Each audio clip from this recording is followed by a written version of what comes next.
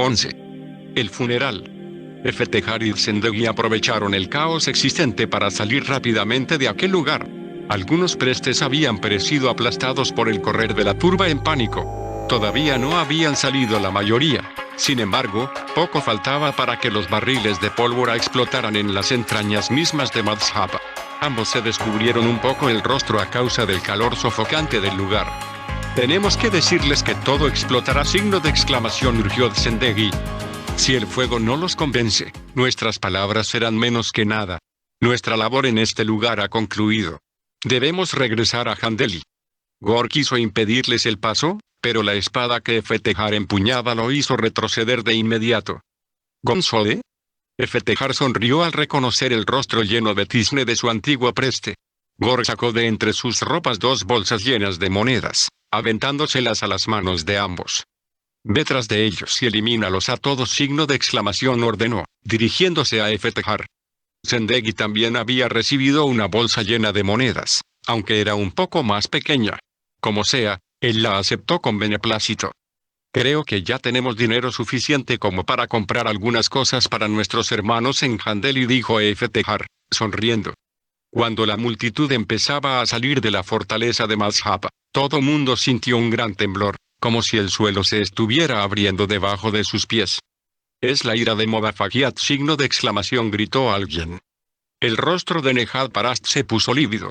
Indudablemente, ella era la culpable de que todo aquello estuviera sucediendo.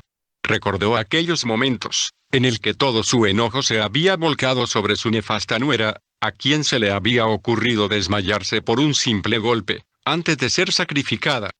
«¡Cómo te odio!», signo de exclamación, gritó al aire. «Madre, ¿qué culpa tengo yo?», signo de interrogación, preguntó Pul, descuidando las riendas de sus caballos. Efetehar y Zendegi aprovecharon la riña familiar para adueñarse de esos caballos y salir huyendo a todo galope, sin que Pul pudiera hacer algo. La mirada fulminante de su madre se lo había dicho todo.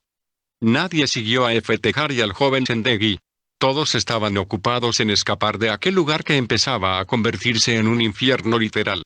Pronto alcanzaron los límites de Zohrat, en donde todavía vieron unos pocos buitres tratando de despellejar totalmente los huesos de los guerreros que habían caído en la batalla contra los habitantes de Handeli. Era obvio que los de Zohrat ni siquiera se habían molestado en dar sepultura a sus muertos. Qué lástima que esta guerra fue para defender lo rebatible. Ojalá que los de todo el territorio de Madhhab se dieran cuenta que se han convertido en marionetas de Motahan, dijo Efetehar con tristeza. Pero yo creo que no todos están engañados. Tal vez haya orgullo en algunos corazones y por eso no abandonan Madhhab. Pueden ser muchas cosas. Orgullo, ignorancia, temor, poder, tradición, costumbre. ¿Quién sabe? Lo importante es que ellos deben ser libres a toda costa. De acuerdo, pero, ¿y si no desean la libertad?, signo de interrogación, preguntó Zendegi. La respuesta es mucho más dura que la pregunta, concluyó Efetehar. Ambos continuaron cabalgando por mucho tiempo en silencio, meditando la hazaña que habían realizado en Madhhab. De cierta forma no se sentían satisfechos. Sabían que habían realizado algo correcto, pero casi podían sentir un peso de culpabilidad sobre sus conciencias.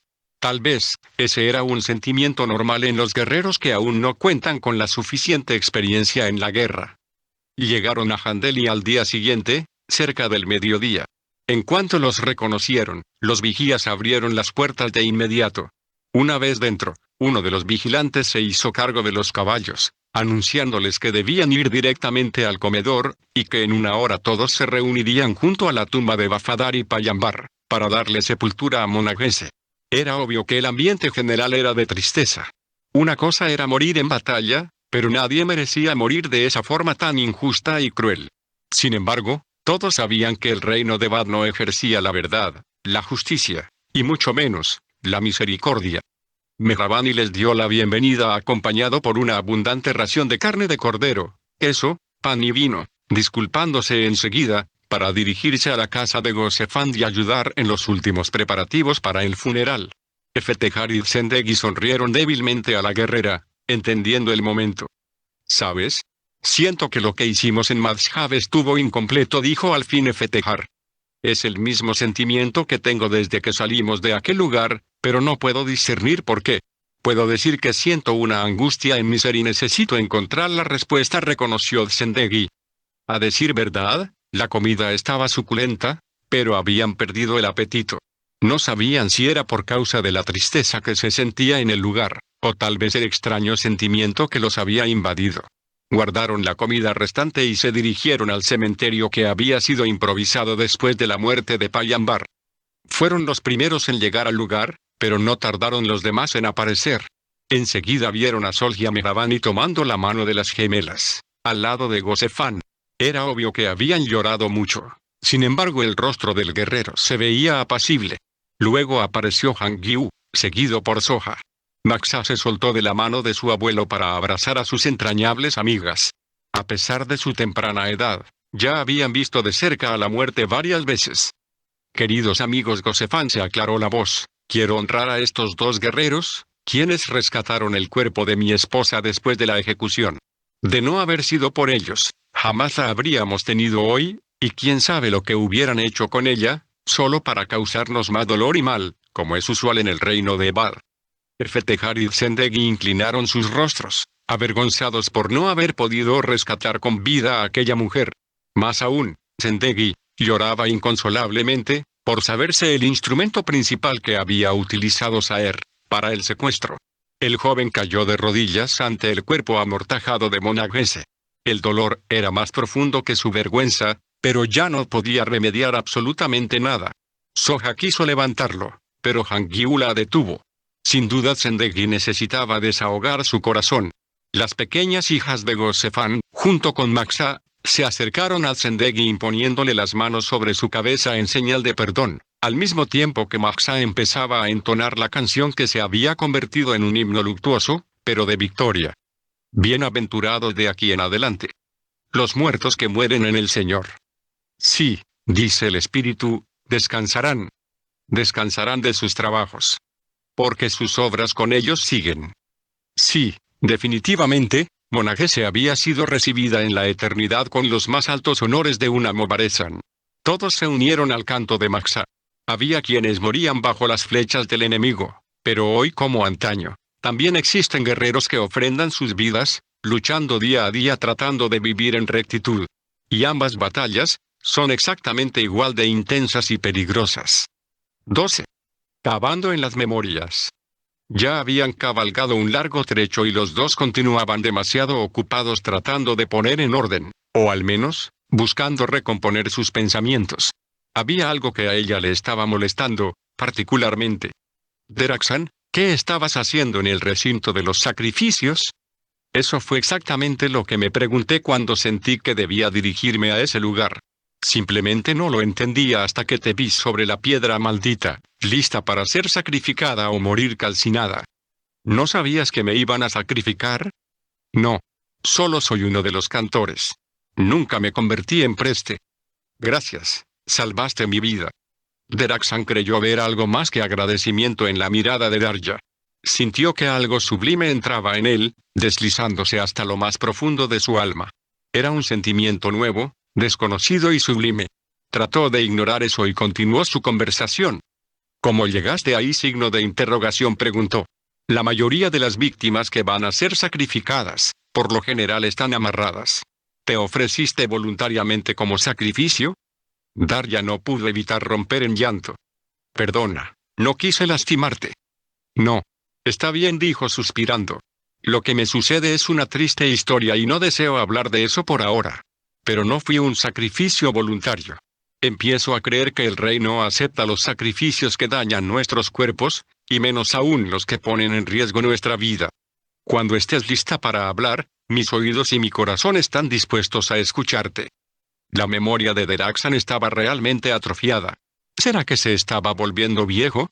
Fiel a la tradicional manera de pensar, se opuso a preguntar, hasta que ya no pudo resistirse más. Tengo la impresión de conocerte, pero no recuerdo tu nombre, ni en dónde te he conocido. Ella sonrió hermosamente por debajo de su hijab. Aún le dolía su cabeza, pero eso no le impedía sonreír. Deraxan volvió a sentir que su alma era conmovida hasta sus cimientos. Sí, me has visto. Desde que yo era adolescente, eras mi cantor favorito. Aún recuerdo tu voz y tu sonrisa. Recién habíamos llegado a esta parte del reino de Madhapa, pero tú nunca te fijaste en mí. Daraxan se ruborizó.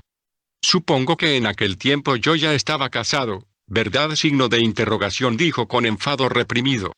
Así es. Casi no te pude reconocer. Antes estabas muy delgado, dijo Darya, sin poder evitar reírse. Daraxan sumió inconscientemente su estómago. Ella tenía razón. El agua de Madhab hizo que subiera de peso. Ambos rieron libremente. Por primera vez se sentían libres. O al menos, estaban casi libres. Ninguno de sus cónyuges estuvo dispuesto a salir de la fortaleza de Madhab, ya que se habían contentado con vivir dentro de la incómoda rutina, en todo aspecto, muy propio de las tradiciones de Madhab. Daraxan recordó poco a poco cada detalle de las cosas que Darya platicaba acerca del pasado. Su mente ahora estaba aclarándose. Él se había casado con Asiyat y había desaparecido de Madhab, dejando a la pequeña Darya por muchos años, hasta su extraño reencuentro fuera de Madhab. Habían pasado tantos años, habían tomado rumbos distintos, pero ella no lo había olvidado. Solo que empezaba a sentir que algo más que una fuerte amistad los estaba uniendo, más allá de las fronteras del tiempo y del espacio, y no se sentía muy cómodo con ese sentimiento. Darya se sintió mareada una vez más y poco faltó para que cayera al piso, desmayada. Daraxan pudo bajarse rápidamente de su caballo, justo para recibirla entre sus brazos. Su hijab cayó de tal manera que Daraxan pudo ver su hermoso rostro. Darya acercó su rostro al de ella para cerciorarse que aún respiraba. El suave aliento de la bella joven turbó el alma de Daraxan y buscó la mejor excusa para besarla. Sus labios sensuales lo incitaban y aunque fue prácticamente imposible detenerse, solo acarició su suave rostro, permaneciendo en silencio, admirando su belleza. El matrimonio de muchos Mobaresan sucumbían por cualquier excusa o pretexto, pero dentro de su alma, Daraxan aún procuraba guardar el pacto con su esposa Asiyat, no importaba cuán destruida estuviera su relación. Sin embargo, fue inevitable acoger a Darya en su pecho. El perfume embriagador de su piel extasiaba sus sentidos, como nunca antes lo había experimentado con nadie. Tan cerca y tan lejos. Tan mía y tan ajena. Mi Dios y Rey, cuán hermosa es Darya, signo de exclamación, clamó con profunda angustia y dolor, sintiendo que su alma se apegaba pecaminosamente a la de ella. Darya empezó a recobrar el conocimiento minutos después. Antes de abrir sus grandes ojos negros, supo que estaba en los brazos de Daraxan. Sin tratar de evitarlo, ambos se quedaron así. El rocío de un amor prohibido empezaba a bañar sus almas, removiendo la tristeza y soledad que los había invadido por años, y que habían matado los más bellos sueños e ilusiones de ambos. Sin embargo, ninguno de los dos había olvidado que aún estaban casados y que eso los hacía prohibidos el uno al otro. La noche empezaba a caer. Era tiempo de comer un poco y dormir. Ella se dedicó a recoger un poco de leña, mientras Daraxan conseguía algo para cenar. La mente de ambos no había descansado después de su salida de Madhab. Demasiadas emociones y convicciones personales habían trastornado sus pensamientos en las últimas horas. Un mar de sentimientos contradictorios se encrespaba sobre sus cargadas almas. Daraxan no tardó mucho en regresar con pescado y algunas hierbas comestibles. Esto será mejor que nada. La verdad, no tengo hambre, dijo ella. Lo sé, pero nuestro camino a Mobafagiat aún es largo y necesitaremos toda la energía posible. Descansa mientras yo cocino el pescado. Daraxan extendió las mantas que traían enrolladas en el escaso equipaje en las monturas de sus caballos, recostándose sin pretender dormirse. Sin embargo, el cansancio lo venció casi enseguida. Una vez cocinado el pescado, Darya se acercó para despertarlo. Se arrodilló tratando de reanimarlo, hablándole con suavidad al oído. Sin embargo, el olor de su piel la sedujo en tal forma, que su alma fue inundada con la pasión que toda mujer alguna vez desea ser seducida y llenada. Daraxan sintió la respiración de Darya sobre sí, abrió sus ojos y vio el bello rostro muy cerca de él. La tomó con ambas manos, acariciando sus mejillas, y la besó apasionadamente. Ambos se envolvieron en medio de un torbellino de caricias, hasta que un repentino destello de culpabilidad rompió el hechizo de esos momentos. No podemos. No debemos, dijo Darya, visiblemente contrariada. Lo sé. Perdóname. Darya se levantó deprisa, sacudiéndose el inexistente polvo pegado a sus rodillas. Ya está la comida, dijo, ocultando su rostro con su hijab y retirándose del lugar de comida, como era común en el territorio de Madhhab. Ven, tú también debes comer. La quiso tomar de la mano pero ella se resistió sin dejarse guiar. Ambos se sentaron en silencio cerca de la fogata. ¿Sabes? Es gracioso, dijo Darya al fin. Cuando no como me convierto en un ogro. ¿Un ogro hermoso? Seguramente. No me des por mi lado, rió ella, un tanto avergonzada. La plática se fue haciendo amena. Ambos empezaron a reír a carcajadas, contando anécdotas graciosas. Estaban más que felices por haberse encontrado una vez más. En muchas formas, el uno al otro se había salvado la vida. Cuando se quedaban sin palabras, sus miradas se cruzaban llenando el silencio. Él deseaba susurrar miles de palabras, poemas y canciones al oído de Darya. Después de todo no eran unos desconocidos, el destino los había puesto en un tiempo y en un espacio en el pasado, convergiéndolos en el hoy y en el ahora, tal vez con un determinado propósito divino, que aún no alcanzaban a percibirlo con claridad. Ella se sentía extrañamente cómoda con la presencia de aquel hombre que era un poco mayor que ella. Pero la culpabilidad se cernía incesante sobre su alma, volando como un ave de rapiña. Ambos se acostaron relativamente cerca, pensando el uno en el otro. Oraban en silencio mirando el cielo, haciéndose miles de preguntas, sin embargo el firmamento permanecía en silencio, o mejor dicho, negándose a declarar lo que ellos deseaban escuchar. Alcanzaron a percibir algunas estrellas fugaces, y aunque sabían que solo se trataba de una superstición tonta, ambos pidieron, en secreto, los mismos deseos, ser libres para poderse amar. Los animales salvajes comenzaron su concierto nocturno, aullidos, graznidos, gruñidos, todo era un concierto de horror a los oídos de la pequeña Darya. Poco a poco fue aproximándose al cuerpo de Deraxan, hasta que sintió los brazos fuertes alrededor de su cuerpo. Por primera vez después de 18 años de incertidumbre marital, se sentía protegida, respetada y amada. Pronto se durmieron y ambos pudieron escuchar la voz, hablando a sus corazones. El tiempo parece estar yendo muy rápido.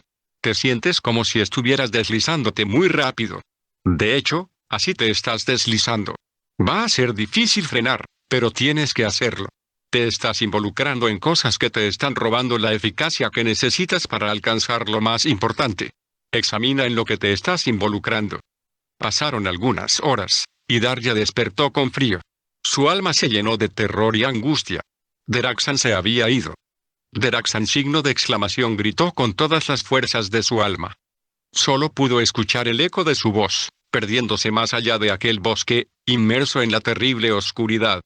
Deraxan, signo de exclamación, volvió a gritar. De pronto sintió que una mano se posaba sobre su hombro, y gritó asustada. ¿Qué estabas soñando, hermosa? Signo de interrogación, preguntó él, volviendo a abrazarla con fuerza. No me dejes, por favor, Deraxan. No me dejes nunca. Tranquila, hermosa. Solo estaba soñando. Abrázame fuerte, por favor, Deraxan. Solo abrázame fuerte. La atrajo hacia él y tomándole el rostro la besó. No hubo resistencia por parte de ella. Después de varios minutos, con suavidad, Darya retiró un poco el rostro de Deraxan del suyo, para esconderlo en el pecho de aquel hombre. El resto de esa noche quiso soñar despierta como hacía mucho tiempo no había soñado, pero no pudo. Solo empezó a entonar una vieja canción. Y ella se recostó sobre su pecho, abrigándose del frío. Su cuerpo temblaba por las emociones reprimidas. Y empezó a cantar su canción, con el susurro del río. Y su voz rompió las cadenas de dos almas cautivas. Ambos quisieron hacer caso omiso al mensaje de la voz pero no pudieron. Habrían podido obedecer al mensaje de la voz, pero no quisieron. Por la mañana, Darya se levantó procurando no despertar a Deraxan. Por primera vez en muchos años había sentido calor en su alma. Ni siquiera era un calor diferente, simplemente, nunca lo había tenido por parte de Pul. Trató de recordar cuándo había sido la última vez que ella había sentido la emoción de ser abrazada en el momento cuando más lo necesitaba, sin embargo su memoria no había registrado ningún instante. Ni siquiera durante la primera noche de su boda. No existía esa tibia emoción de ser amada o por lo menos valorada. Pero sí el profundo y molesto sentimiento de culpabilidad. Deraxan llegó silencioso por detrás, abrazándola por la cintura. Sin embargo, suave y lastimosamente se zafó de entre sus brazos. «Darya, ¿qué pasa?», Me siento mal. No está bien lo que tú y yo estamos haciendo. Deraxan la contempló, entendiendo la tormenta que había en el alma de aquella hermosa mujer. Ella no había sido feliz en su matrimonio, y sin embargo, hasta ahora había sido fiel a un hombre que no la merecía. Quería abrazarla, pero no deseaba incrementarle el terrible sentimiento de culpabilidad que se cernía sobre su corazón. Darya, no te juzgo ni te condeno. Ni siquiera deseo pensar en eso. Pero me gustaría que me digas lo que quieres y, si está a mi alcance proporcionártelo, lo tendrás. No me importa lo que la gente diga, deseo satisfacerte en todo. Eres hermoso. Darya, mi amor, tú me dejas satisfecho en muchas cosas. Me gusta cómo me amas aunque no me lo digas, cuando me necesitas y me lo dices. Tu presencia, tu hermosura, tu forma de decir sí, y hasta tu manera de decir no. Ella se sintió intrigada por la manera que Deraxan la estaba describiendo. ¿Cuál es la forma que tengo de decir no? Cuando callas, intuyo que hay sobre ti una tormenta emocional. Cuando no puedes discernir el momento, mi alma detecta lo que me quieres decir en medio de un no, cuando en realidad, es un sí. Darya supo que Deraxan estaba descubriendo los verdaderos rincones profundos de su alma y se sintió demasiado expuesta e insegura. Lo siento, Darya. Esto no lo hago para hacerte sentir mal. Solo me gusta observarte, escucharte. Lo sé. Me has descifrado a la perfección, reconoció Darya, con cierta admiración mezclada con temor. Pul ni siquiera se había esforzado por escucharla, mucho menos por entenderla. Me siento orgulloso cuando me veo en tus ojos y encuentro que me quieres. Pero cuando callas, tengo temor, porque sé que estás enfrentando tormentas tú sola. Y aunque estoy a tu lado, quisiera poder abrazarte con todas mis fuerzas, pero tú me rechazas. Y aunque no te puedo ayudar en las tormentas de tu alma, quisiera estar allí dentro para calmarlas. Darya suspiró. Lo sé, Deraxan.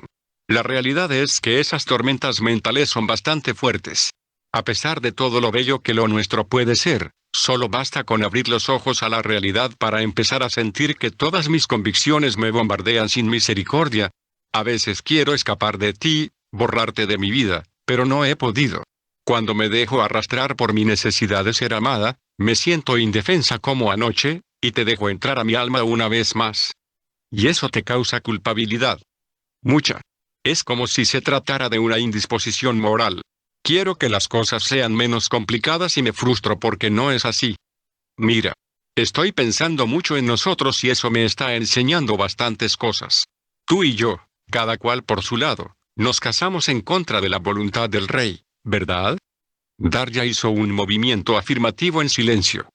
Al casarnos, llegamos a la conclusión de que íbamos a recibir bendiciones solo por el hecho de cumplir con un rito, como si eso fuera suficiente para que Dios perdonara nuestra desobediencia. Entonces, al comenzar a vivir como casados, vimos que nuestras vidas no fueron bendecidas, que terminaron yéndose a la letrina y ahora vemos con claridad las consecuencias de nuestra decisión. Deraxan hizo una pausa, pensando un poco más para concluir su idea. Quiero que me respondas sinceramente, Darya, ¿Dios nos ha bendecido a pesar de haberlo desobedecido? El silencio de Darya revelaba claramente la confusión que ella tenía en su mente. Es obvio que Él nos ha bendecido a pesar de nuestra desobediencia.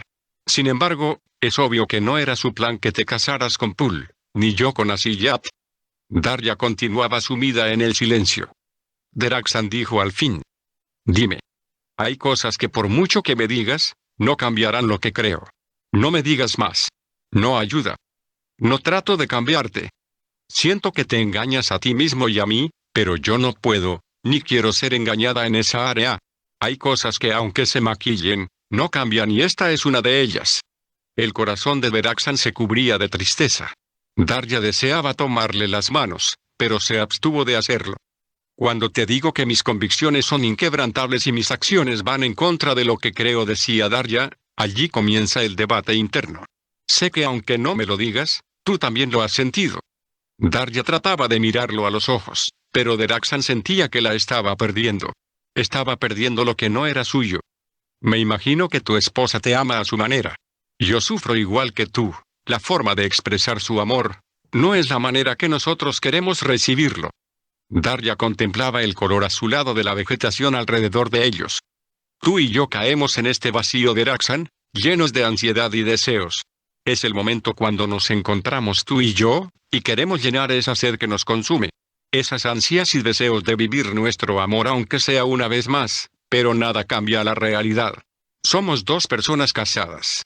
Somos algo así como una carreta jalando una caja pesada cuesta arriba, que no sabemos cómo desconectar. Deraxan reconocía que Darja tenía razón. Deseaba dejar de escuchar, pero ella continuaba machacando su corazón. Eso no quita que queramos sentir el amor que en casa ya no nos dan. Somos la sed y el agua. Pero delante de Dios, tú y yo sabemos lo que esto significa. No hay excusas, corazón. No las hay. Esto nos está demandando hacer una decisión radical, y debemos de tomarla, a pesar de lo que estemos sintiendo. Darja miró a lo lejos, con nostalgia en sus ojos, fijando su vista hacia un punto cardinal imaginario, donde se encontraba la fortaleza de Madhshapa. Así como una vez decidimos casarnos, ahora debemos decidir qué haremos con nosotros, Deraxan. ¿Pecamos o no? No lo maquilles, ni trates de engañarme. No hay necesidad. Igual, de las consecuencias no nos escaparemos. A pesar de mis debilidades, el rey me está advirtiendo y yo no me puedo cegar. Por las mejillas de Darja se deslizaban dos lágrimas imparables, que lograron caer a tierra. Cuando me dejo ir, como anoche, lo disfruto, lo deseo de verdad. Pero mi realidad no cambia. Deraxan contemplaba el rostro hermoso de Darja, con un profundo anhelo de que sucediera un milagro. El cielo tendría que abrirse para recibir y responder su oración. No era posible que los cielos permitieran que un error del pasado continuara trayendo dolor sobre sus almas solitarias. No quiero engañarte, Darja. No pretendo presionarte ni maquillar las cosas. Solo deseo decirte que me di cuenta que me casé bajo un espíritu de condenación y soledad, y acabo de recordarlo. Deraxan recogió una piedra de regular tamaño para lanzarla con todas sus fuerzas, sin propósito alguno. Una vez fui a visitarla a la ciudad donde ella vivía. Hacía mucho frío y estábamos solos en su casa. A pesar de las pieles con que me cubrí y estar durmiendo en el mismo cuarto que ella, yo seguía teniendo mucho frío. Cerca de la medianoche, ella vino a la cama conmigo y nos abrazamos, pero no tuvimos relaciones íntimas, aun cuando estábamos casi desnudos. Después de esa noche, me sentí muy mal, moralmente hablando, y aunque no deseaba continuar con esa relación, no fui capaz de detenerla. Ella empezó a hablar de matrimonio y a presionar acerca de la fecha de la boda. A pesar de que no habíamos cometido fornicación, la condenación me persiguió por mucho tiempo. Ahora Deraxan miraba en dirección a Madhshapa. Busqué el perdón del rey, pero ya no sentía su presencia. Una tarde, encontré un pedazo de pergamino en la calle en el cual leí, no perdona. Un profundo sentimiento de abandono vino sobre Deraxan, tanto, que quiso abrazarse a ella. Pero lo único que encontró fue el enorme precipicio emocional que se había hecho entre los dos, apartándolos aún más. Él debía de continuar su relato, sin añadir ni quitar palabras a su propia historia. Esa frase me trajo más condenación, y tuve que ceder para aceptar el matrimonio, pensando que de esa manera Dios me perdonaría haberme acostado en la misma cama con ella. Pero como te digo, y ya sé que es difícil de creerlo, nunca hicimos nada más. Ahora me he dado cuenta que eso me llevó a otro error más grave al casarme y... aquí estoy. Por eso te digo, que la relación entre tú y yo, me ha estado mostrando muchas cosas. Deraxan buscó los ojos de su amada, pero no los encontró. Sin embargo, siguió hablando, con la esperanza de que ella escuchara con su corazón. Quiero que sepas que admiro tu forma de ser, y aunque también eres débil, me impresiona la fortaleza de tus convicciones. Pero me recuerdas que necesitas de mí, tanto como yo necesito de ti. Nos necesitamos mucho más de lo que nosotros mismos alcanzamos a entender. Deraxan se paró frente a ella y la tomó por los hombros. Amor, nuestra historia se sigue escribiendo y creo que es y será una historia hermosa, tan hermosa como tú.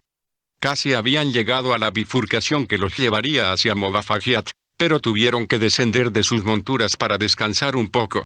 Más adelante tendrían que dejar los caballos por ahí, a fin de internarse más allá de los límites de Baxés, ya que el monte se había tornado intransitable para ellos. El bosque tenía un silencio extraño, incómodo. Los animales de ese lugar habían callado sus ruidos usuales. El rostro de Darja se tornó pálido al reconocer ese territorio. Tengo miedo, Deraxan dijo, abrazándose a él. ¿Qué pasa? ¿Recuerdas que me desperté llorando? No quise revelártelo, pero tuve un sueño en el cual venían volando contra mí dos seres oscuros. Yo sabía que me querían atacar y clamé por ayuda, pero nadie me socorrió. Creo que ni el rey deseaba venir a mi rescate. Solo escuché su voz, diciéndome, hay caminos que le parecen bien al hombre, pero son caminos de muerte. En ese momento desperté. Pero es solo un sueño. Darja se retiró un poco de él, mirándolo fijamente a los ojos. Deraxan, el rey me da sueños que casi siempre se vuelven realidad. Por favor, no me ignores como lo hizo Pul. No sé si este sueño esté relacionado contigo, pero me siento con mucha culpa. Te entiendo. Ella suspiró hondamente. Hace aproximadamente 3 años, hubo un incidente que me causó mucho enojo. Hizo una pausa para escoger adecuadamente sus palabras. Cuando me enojo digo cosas que después me duelen más a mí, que a quien se las dije. Inclinó suavemente su rostro. Me enojé contra Dios y le dije, no vuelvas a mostrarme sueños, no vuelvas a hablarme. Y si lo haces, nunca diré tu mensaje a otros. En ese momento yo sentí que algo muy fuerte se desconectó de mí. Deraxan asentía, comprensivo. Cuando se me pasó el enojo, yo quería sentir su presencia, pero no podía. Pasaron muchos meses y yo sentía que aunque lo buscaba, no podía encontrarlo. Sí, Darja, creo que he sentido ese enojo contra él muy a menudo, y le pido perdón. Por su gracia estoy vivo, o al menos, medio vivo. Te entiendo. Para mí, ese sentimiento fue muy intenso. Pasaron muchos meses, hasta que un día en mi casa, estando a solas le dije, te busco y no te encuentro, ya no siento tu presencia, me siento morir en vida. Ella empezaba a llorar en silencio sin mirar a Deraxan, mientras reflexionaba para sí.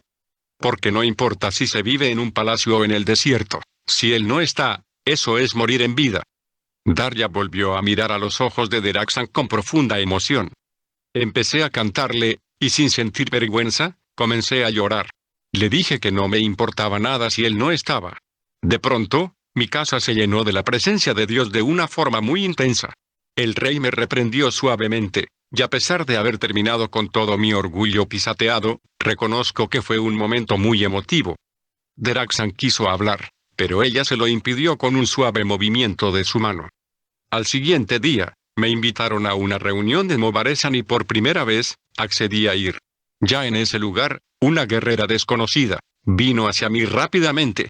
Yo estaba platicando con mi hermana, y la mujer se me quedó viendo a los ojos y me dijo, oh, Darja me tomó de las manos, él te está esperando. Es tiempo ya, te dice el rey.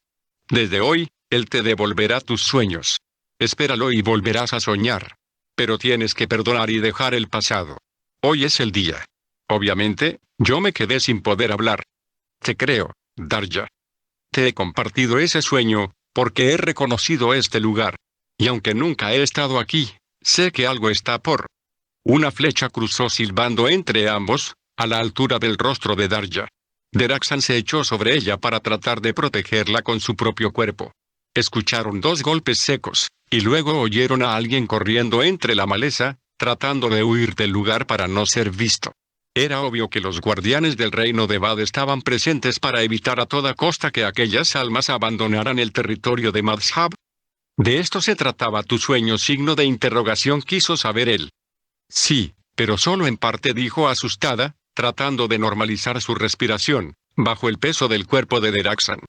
El alma de Darja se conmovió. Era irónico que quien debiera defenderla, la había expuesto a la muerte misma. Sin embargo, este hombre estaba dispuesto a morir por ella con tal de protegerla. 13.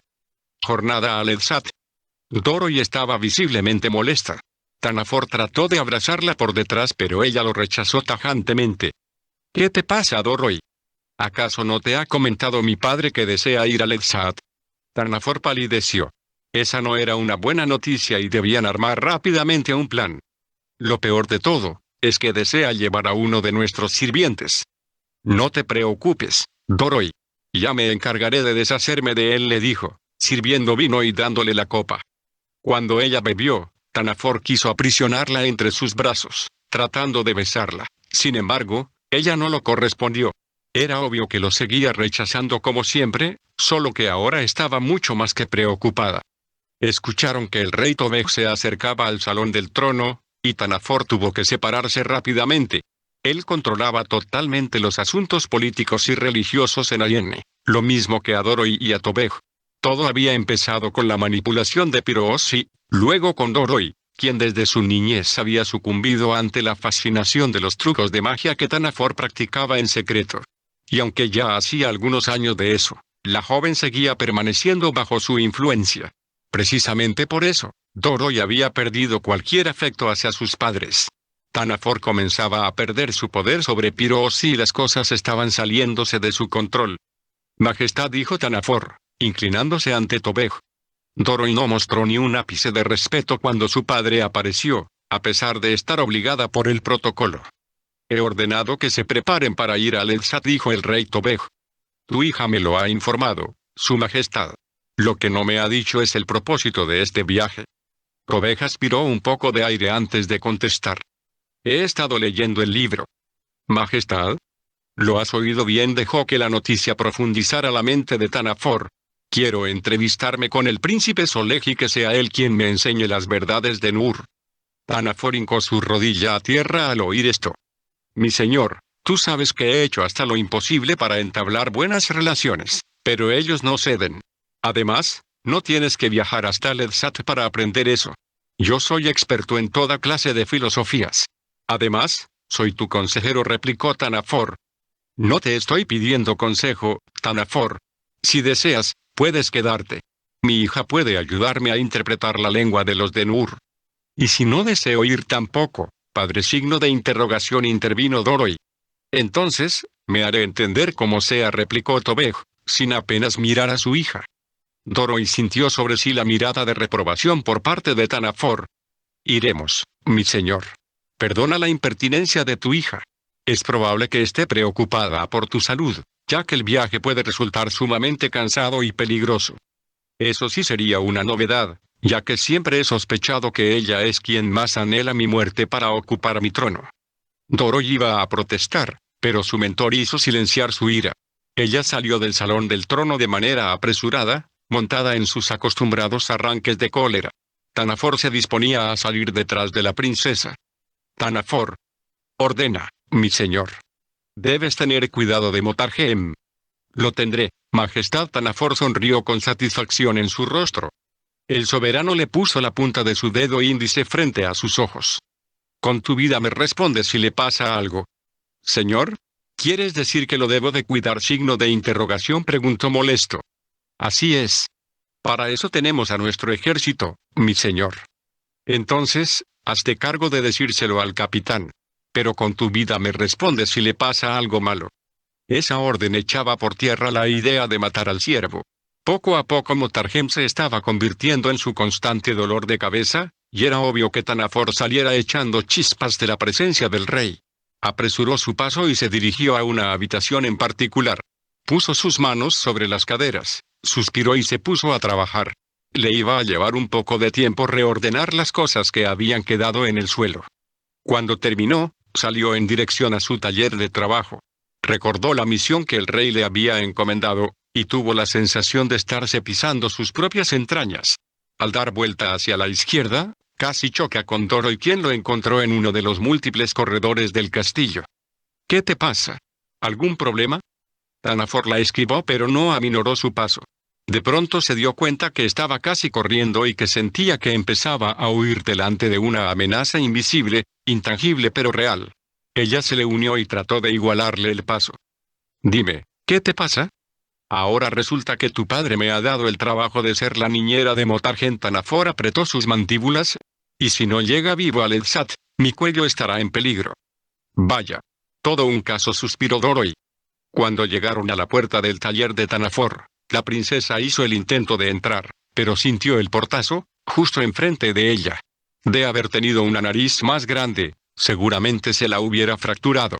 Doroi regresó sobre sus pasos y se dirigió a su habitación para terminar de empacar. Había llegado a la conclusión que la idea de su padre para hacer el viaje al Edsat no era tan terrible como ella se lo había imaginado al principio. Su reticencia para aceptar cualquier clase de cambio, sobre todo si era un cambio inesperado, seguía haciendo mella en su mal carácter. Le gustaba viajar, las fiestas eran su mayor diversión. Si había hombres hermosos, música, vino y carne podrida de cerdo, se sentía como pez en el agua. Pero no podía comprender por qué todos sus gustos personales tenían que ser reprendidos y reprimidos con insistencia por sus padres. Todo su mundo estuvo a punto de colapsar cuando se hicieron presentes en Ayane dos Mobaresan, anunciando el mensaje del rey. Una mañana los vio en la plaza principal, donde los habitantes de Ayane pasaban la mayor parte del día sin hacer algo productivo. La mayoría de ellos se ocupaban en imitar las modas que alguien traía a su ciudad. Inclusive había competencias para premiar a quien imitara mejor a los personajes más famosos del momento. Era obvio que a nadie le importaba caer en el ridículo, sobre todo los adultos, que trataban de imitar a ciertos adolescentes, especialmente si deseaban meterse en vestiduras demasiado estrechas. Cuando el pueblo comenzó a escuchar las enseñanzas de Forotan, algunos lo empezaron a imitar, hasta que se dieron cuenta del verdadero valor del mensaje que él deseaba transmitir a cada habitante de Ayane. Por supuesto, cuando sus enseñanzas llegaron a oídos de Tanafor, fue quien más se les opuso, arrastrando tras de sí a la mayoría de la población. A Doroi le parecían fascinantes el mensaje y uno de los mensajeros. Pronto investigó en qué lugar vivían los Mobaresan, dónde y cuándo tenían sus reuniones, planeando tener un encuentro secreto con uno de ellos. No fue difícil. Una mañana, Forotan había salido a visitar a un hombre enfermo, luego debía conseguir alimentos, así que eso le llevaría gran parte del día. Doroi se puso vestiduras mucho menos esplendorosas y se presentó delante de Batagobe. «Buenos días, mi señor. Busco la casa donde habitan dos mensajeros del rey. Mi nombre es Doroi», se presentó. «Me llamo Batagobe. ¿En qué puedo servirte?» Batagobe dudó en hacerla pasar, pero ella entró a la habitación de manera natural. Él supuso que era parte de las costumbres de la cultura, así que trató de relajarse. Doroi notó que su presencia lo había puesto nervioso. Esa era parte de la estrategia. Con el paso del tiempo, Doroi invitó a Forotan para que se entrevistara con Piroosi de manera regular, mientras ella se presentaba una y otra vez en casa de Batagobe, aprovechando que él estaba solo. Al principio, parecía que ella escuchaba con interés las enseñanzas, pero después empezó a llegar ataviada con ropa ligeramente provocativa. Sus poses al sentarse comenzaron a cambiar, atrayendo de manera inevitable la vista discreta de aquel servidor del rey. Una mañana, después de haber leído y estudiado el libro, Doroi dejó caer a propósito su pañuelo, fingiendo no darse cuenta que Batagobe lo levantaría. Así que aprovechó el momento para besarlo de manera abrupta, cuando sus rostros se encontraron a medio camino. Él se sonrojó. Jamás lo habían besado de esa forma. «Me gustas, Batagobe». «¿Y tú a mí?», reconoció él. Ella quiso seguirlo besando, pero Batagobe la evitó suavemente. «¿Qué pasa? Dijiste que te gusto. ¿Por qué me rechazas?» «No es correcto, Doroi. Si tus intenciones son serias, no podemos apresurar el momento». Ella lo miró sorprendida. «¿Se supone que yo debo decir eso, Batagobe?» Él sonrió suavemente. «En Nur tratamos de cuidar la integridad de las personas que amamos, por sobre todas las cosas. Creemos que el amor es algo tan sublime, que no debe ocultarse de la vista de los demás, como si fuera algo oscuro, algo prohibido». Doroi entendió lo que estaba sucediendo. Ella no estaba dispuesta a asumir ningún compromiso. Solamente buscaba pasar un buen tiempo con Batagobe. Pero si ese día él no había mordido el anzuelo, tarde o temprano caería en sus redes de pasión. «Entiendo. Ya me irás conociendo mejor y así podré merecer tu amor», fingió sentirse rechazada. Batagobe la iba a abrazar, por ella salió presurosa del lugar, al mismo tiempo que Forotan regresaba. Después de ese incidente, Batagobe dejó de estar solo en la casa. Siempre estaba acompañado por más de 2 personas, y casi siempre, con las narices metidas en el libro. Doroi trató de concentrarse en las enseñanzas de Batagobe, pero le parecían aburridas, desprovistas de vida, o por lo menos, carentes de la vida libertina que ella se prodigaba, así que empezó a considerar la idea de conquistarlo. Pero lo haría poco a poco. Una mañana se disponía a ir a la casa de Batagobe, cuando de pronto perdió el conocimiento, sin causa aparente. Cuando volvió en sí, estaba acostada en su lecho, con sus ropas ensangrentadas, y junto a ella, un arco, una aljaba medio vacía y un terrible dolor de cabeza. Tanafor había entrado a su cuarto y se había llevado esas ropas para quemarlas. Doroi había palpado su cuerpo buscando alguna herida, pero no la encontró. Caminó hacia la tina de baño y luchó por quitar la sangre seca de su propio cuerpo. Antes de caer la noche, Tanafor llegó a su lado con una pócima que le ayudaría a calmar su nerviosismo y dormir bien. Pero en cuanto cerró los ojos, empezó a tener horribles pesadillas, y a pesar de la pócima de hierbas, casi no pudo dormir. Al día siguiente, muy temprano en la mañana, buscó a Batarobe, pero la casa estaba vacía. Preguntó por los Mobaresan, pero la gente se negaba a darle la respuesta, hasta que alguien se atrevió a decirle que Forotan había muerto hacía 3 días. Nadie osaba darle detalles acerca de su muerte y solo una persona le informó que el Mobaresan había tenido una muerte muy trágica. Doroi se esforzaba por recordar dónde había estado, qué había hecho durante esos 3 días, pero por alguna razón, esas memorias estaban bloqueadas en su mente. Desde ese día, la princesa empezó a tener pesadillas con respecto a Forotan. Lo veía con el cuerpo ensangrentado, con un sinfín de dardos incrustados en su humanidad. Agonizaba poco a poco, mientras clavaba sus ojos marrones en los de ella, y aún así, sonreía suavemente. Batarobe te ama con pureza, Doroi habían sido sus últimas palabras. Invariablemente, ahí terminaba su pesadilla. Esa mañana se había recostado un poco para descansar, antes de iniciar el viaje al Elsat. Soñó a un ser sentado en su trono, rodeado de intensa luz blanca. Sin embargo, el ser era aún más brillante que la misma luz. No pudo ver su rostro, pero pudo escuchar su dulce voz. El enemigo te rodea y está tramando esquemas contra ti. Desea traer a sus guerreros a esta tierra, porque su odio se ha estado gestando durante siglos. Esos guerreros se están preparando para un asalto desde dentro de tus propias filas. Este es un buen momento para invitar a tu lado a verdaderos guerreros espirituales. La victoria es tuya. Yo soy el rey justo que reina sobre todos. Doroi se vio a sí misma, radiante, llena de luz y paz. Su sueño nunca había sido tan profundo y placentero. ¿Ya estás lista? Tu padre debe estar impaciente. Doroi ni siquiera pudo escuchar la voz de Tanafor. Él tuvo que sacudirla para que despertara. Se puso frente a ella a fin de que pudiera verlo. ¿Ya estás lista? Signo de interrogación volvió a preguntarle. Sí, contestó adormecida, evitando la mirada de él. ¿Qué te pasa? Doroi suspiró, sintiendo una extraña nostalgia en el fondo de su alma. Creo que no lo entenderías. 3 sirvientes llegaron a la habitación de Doroi, empezando a bajar el bagaje de su soberana. ¿Acaso te vas a quedar a vivir en Lelsat? Signo de interrogación preguntó Bulon. Tanafor. La broma del consejero no era mala, pero Doroi no se sentía de buen humor para celebrársela. Tal vez contestó secamente. Tanafor quiso estrujarla, pero su sentido común se lo evitó a tiempo, ya que Motargem se hizo presente. Mi señora, el rey te espera, le anunció. Tanafor no pudo esconder la ira contenida en su rostro. Espérala abajo, signo de exclamación, le ordenó Tanafor. No. No te vayas, Motargem, iré contigo. Ya casi termino lo que estaba haciendo.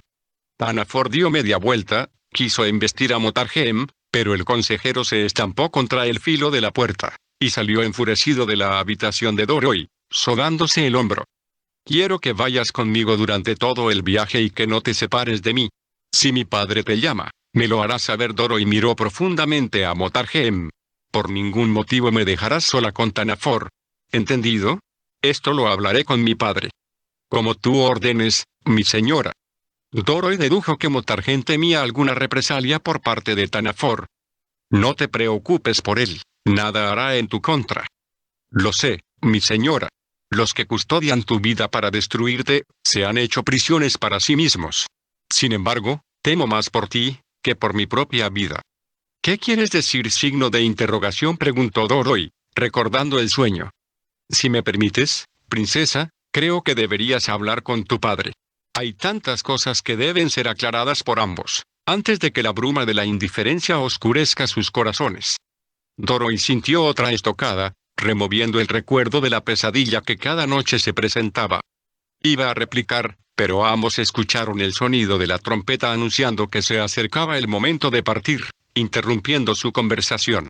Se dirigieron al largo pasillo y empezaron a bajar los escalones. el vestido de Dorothy se trabó en uno de sus tacones, provocando que trastabillara. Él la detuvo rápido y fuertemente por la cintura, evitando que rodara escaleras abajo. De no haber sido por la ayuda de Motargem, sin duda, ella se habría lastimado. Gracias, Motargem.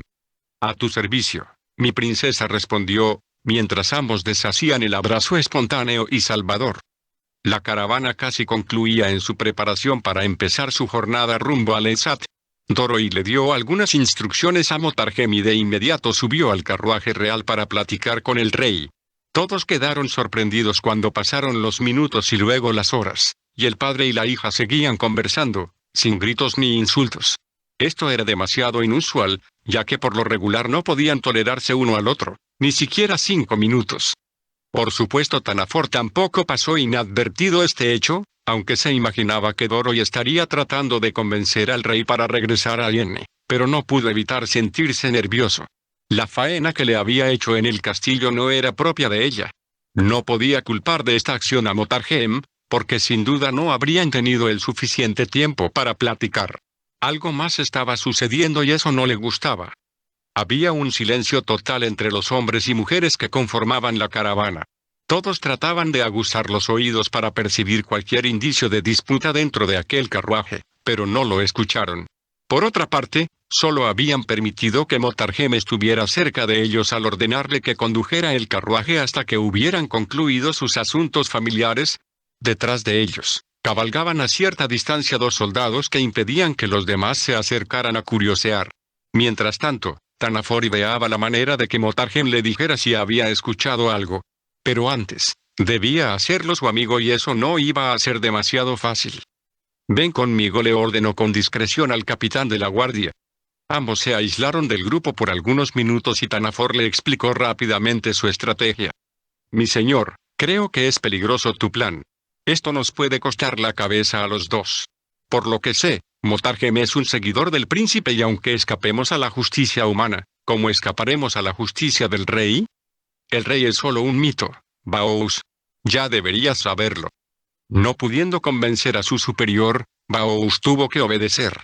Llamó al mejor tirador en arco que tenía, transmitió las órdenes de Tanafor y regresó a su posición al frente de sus soldados. Dorothy lloraba. La conversación que iba a tener con Tobeck dentro del carruaje era de vida o muerte. Padre, te pido que por primera vez en muchos años, me escuches. Tengo tantas cosas que decirte, que no sé por dónde empezar. Perdóname si no las digo en orden, pero dame la oportunidad de exponer lo que ha martirizado mi mente y corazón, durante todo este tiempo. Adelante, hija mía. Padre, yo no pedí ser la hija de un rey, Dorothy sollozaba. No te imaginas cuánto peso he llevado sobre mis hombros por el solo hecho de ser tu hija. No te ofendas. Sé que no es tu culpa y que nos amas a tu pueblo y a mí. Dorothy hizo una pausa para secarse las lágrimas. Nunca he tenido verdaderos amigos. Los únicos que se acercan a mí, solo lo han hecho para ver qué pueden sacar de provecho. En cuanto me han dado la espalda, he escuchado muchas de sus conversaciones criticándote a ti o a mi madre por cualquier tontería. A veces son comentarios demasiado sosos, pero soy tu hija, y me duele saber que aunque les das tu tiempo, tus posesiones y tu vida misma, la mayoría de ellos, al final de cuentas, desaparecen del reino sin explicación alguna. Y lo peor de todo, es que después de irse, siguen hablando en tu contra, como si fuera tu obligación ir a buscarlos y pedirles que regresen a pesar de que ellos mismos no desean hacerlo. Eso era verdad y había sucedido vez tras vez. Siempre me he preguntado, ¿por qué les cuesta tanto trabajo despedirse, de la misma manera en que vinieron? Los recibes con gusto, les das la bienvenida, los presentas ante los demás, ¿acaso no deberían de despedirse de todos, cuando ellos tienen que partir? Después de todo, ellos formaron parte de nuestras vidas y en alguna forma aprendimos a apreciarlos como si fuéramos parte de una familia. Pero cada vez que se van, todo mundo se pregunta cuál fue la razón de su partida y los que quedan dentro empiezan a sospechar de ti. Porque más que partida, parece un acto de traición. Tomó su pañuelo y se limpió la nariz. Me consta que les enseñas a ser leales, a amar y respetarse mutuamente, pero parece ser que todo lo que escuchan en el castillo, se queda dentro de las 4 paredes. Tienes razón, hija. Tenemos tanto de Mazhab en nuestros corazones. tanto, que ni podemos darnos cuenta. Tobej sintió que había tenido cerrados sus ojos, o por lo menos había estado tan miope, que había perdido el enfoque mayor de su reino, su propia familia. Su hija estaba realmente dolida y no era para menos. Cuando murió mamá, empezaron a cuchichear en el mismo funeral, acerca de que tú mismo habías causado su muerte. Tobej no podía creer lo que estaba escuchando de los propios labios de su hija. Sin embargo, sabía que ella estaba hablándole con honestidad. Esa mañana, mientras mamá era sepultada y la gente te vino a dar el pésame, casi podía ver que cuando te abrazaban, grandes puñales eran clavados en tu espalda. Incluso, pude observar cómo algunas personas ponían saliva debajo de sus párpados, como si a ellos les hubiera dolido la muerte de mi madre. Tobej ahora entendía por qué aquella mañana, Dorothy se había separado de la gente, negándose a recibir consolación. Por lo menos, ella había sido honesta, más que muchos de los que se habían reunido alrededor de la tumba. Tobej abrazó a su hija. Te entiendo, hija. Lo único que puedo decirte, es que no podemos llevar los pecados y errores de otros sobre nuestros hombros. Ese equipaje no nos corresponde y tampoco nos sirve. Tarde o temprano se convertirá en un lastre que nos impedirá seguir navegando en el mar de la vida y terminará por hundirnos. Lo sé y trato de no pensar en ello. Pero hay gente que olvida que eres humano como ellos, que sientes, que lloras, y te juzgan como si ellos fueran perfectos, o peor aún como si ellos fueran Dios mismo. Tobej no acertaba a decir palabra alguna. Por eso, decidí que si debían criticarme o juzgarme por algo, debía hacer lo que ellos decían de mí. Empecé a comportarme de una manera déspota, egocéntrica, rebelde. Muchas personas, seguramente fueron delante de ti para sugerirte que me corrigieras, pero la mayoría de sus hijos me enseñaron lo que sé. Dorothy tuvo que reprimir su enojo. No se trataba de seguir albergando más resentimiento. Después supe que los que más hablaban contra ti, eran sus mismos padres. Lo hacían de manera abierta delante de sus hijos. Ni siquiera trataban de evitar el tema. Sus ojos volvieron a llenarse de lágrimas. Uno de mis amigos, me contó que su casa parecía una carnicería cada noche, y que la única persona sacrificada cruelmente, eras tú. Te ganaste el respeto de mi amigo, porque a pesar de todo lo que sus padres hablaban contra ti, tú nunca les volviste la espalda. Por eso, mi amigo tuvo que salir de su propia casa, por amor a ti. Tobej recordó quién era ese joven. Sus padres habían acusado al rey de manipularlo, y lo hacían responsable de su huida y rebelión contra ellos. El único mensaje que el joven había dejado escrito en la pared de su habitación, fue, hipócritas. Sus padres quisieron culpar a ti y a todo el reino, pero el mensaje era para ellos solamente. Fueron desagradecidos contigo. Quien no encuentra suficiente agradecimiento en su corazón por el perdón que ha recibido, siempre buscará suficientes excusas válidas para odiar, aunque sea al mismo Dios. Dorothy vio directamente a los ojos de Tobej. No necesito un rey, necesito un padre. Tobej, el hombre fuerte y guerrero, había sido traspasado por la saeta poderosa del amor. Tendrás de regreso a tu padre, hija. Te prometo que lo tendrás. Tobej y Dorothy se abrazaron fuertemente, y lloraron por mucho tiempo, desahogando todo lo que por años había estado asfixiándolos. Finalmente sonrieron, mirándose a los ojos. Miles de memorias habían llenado el pequeño vehículo, lo mismo que la convicción de arrepentimiento por ambas partes destrozaba el alto muro que los había separado durante mucho tiempo. Padre, necesito hablar con Motarjem.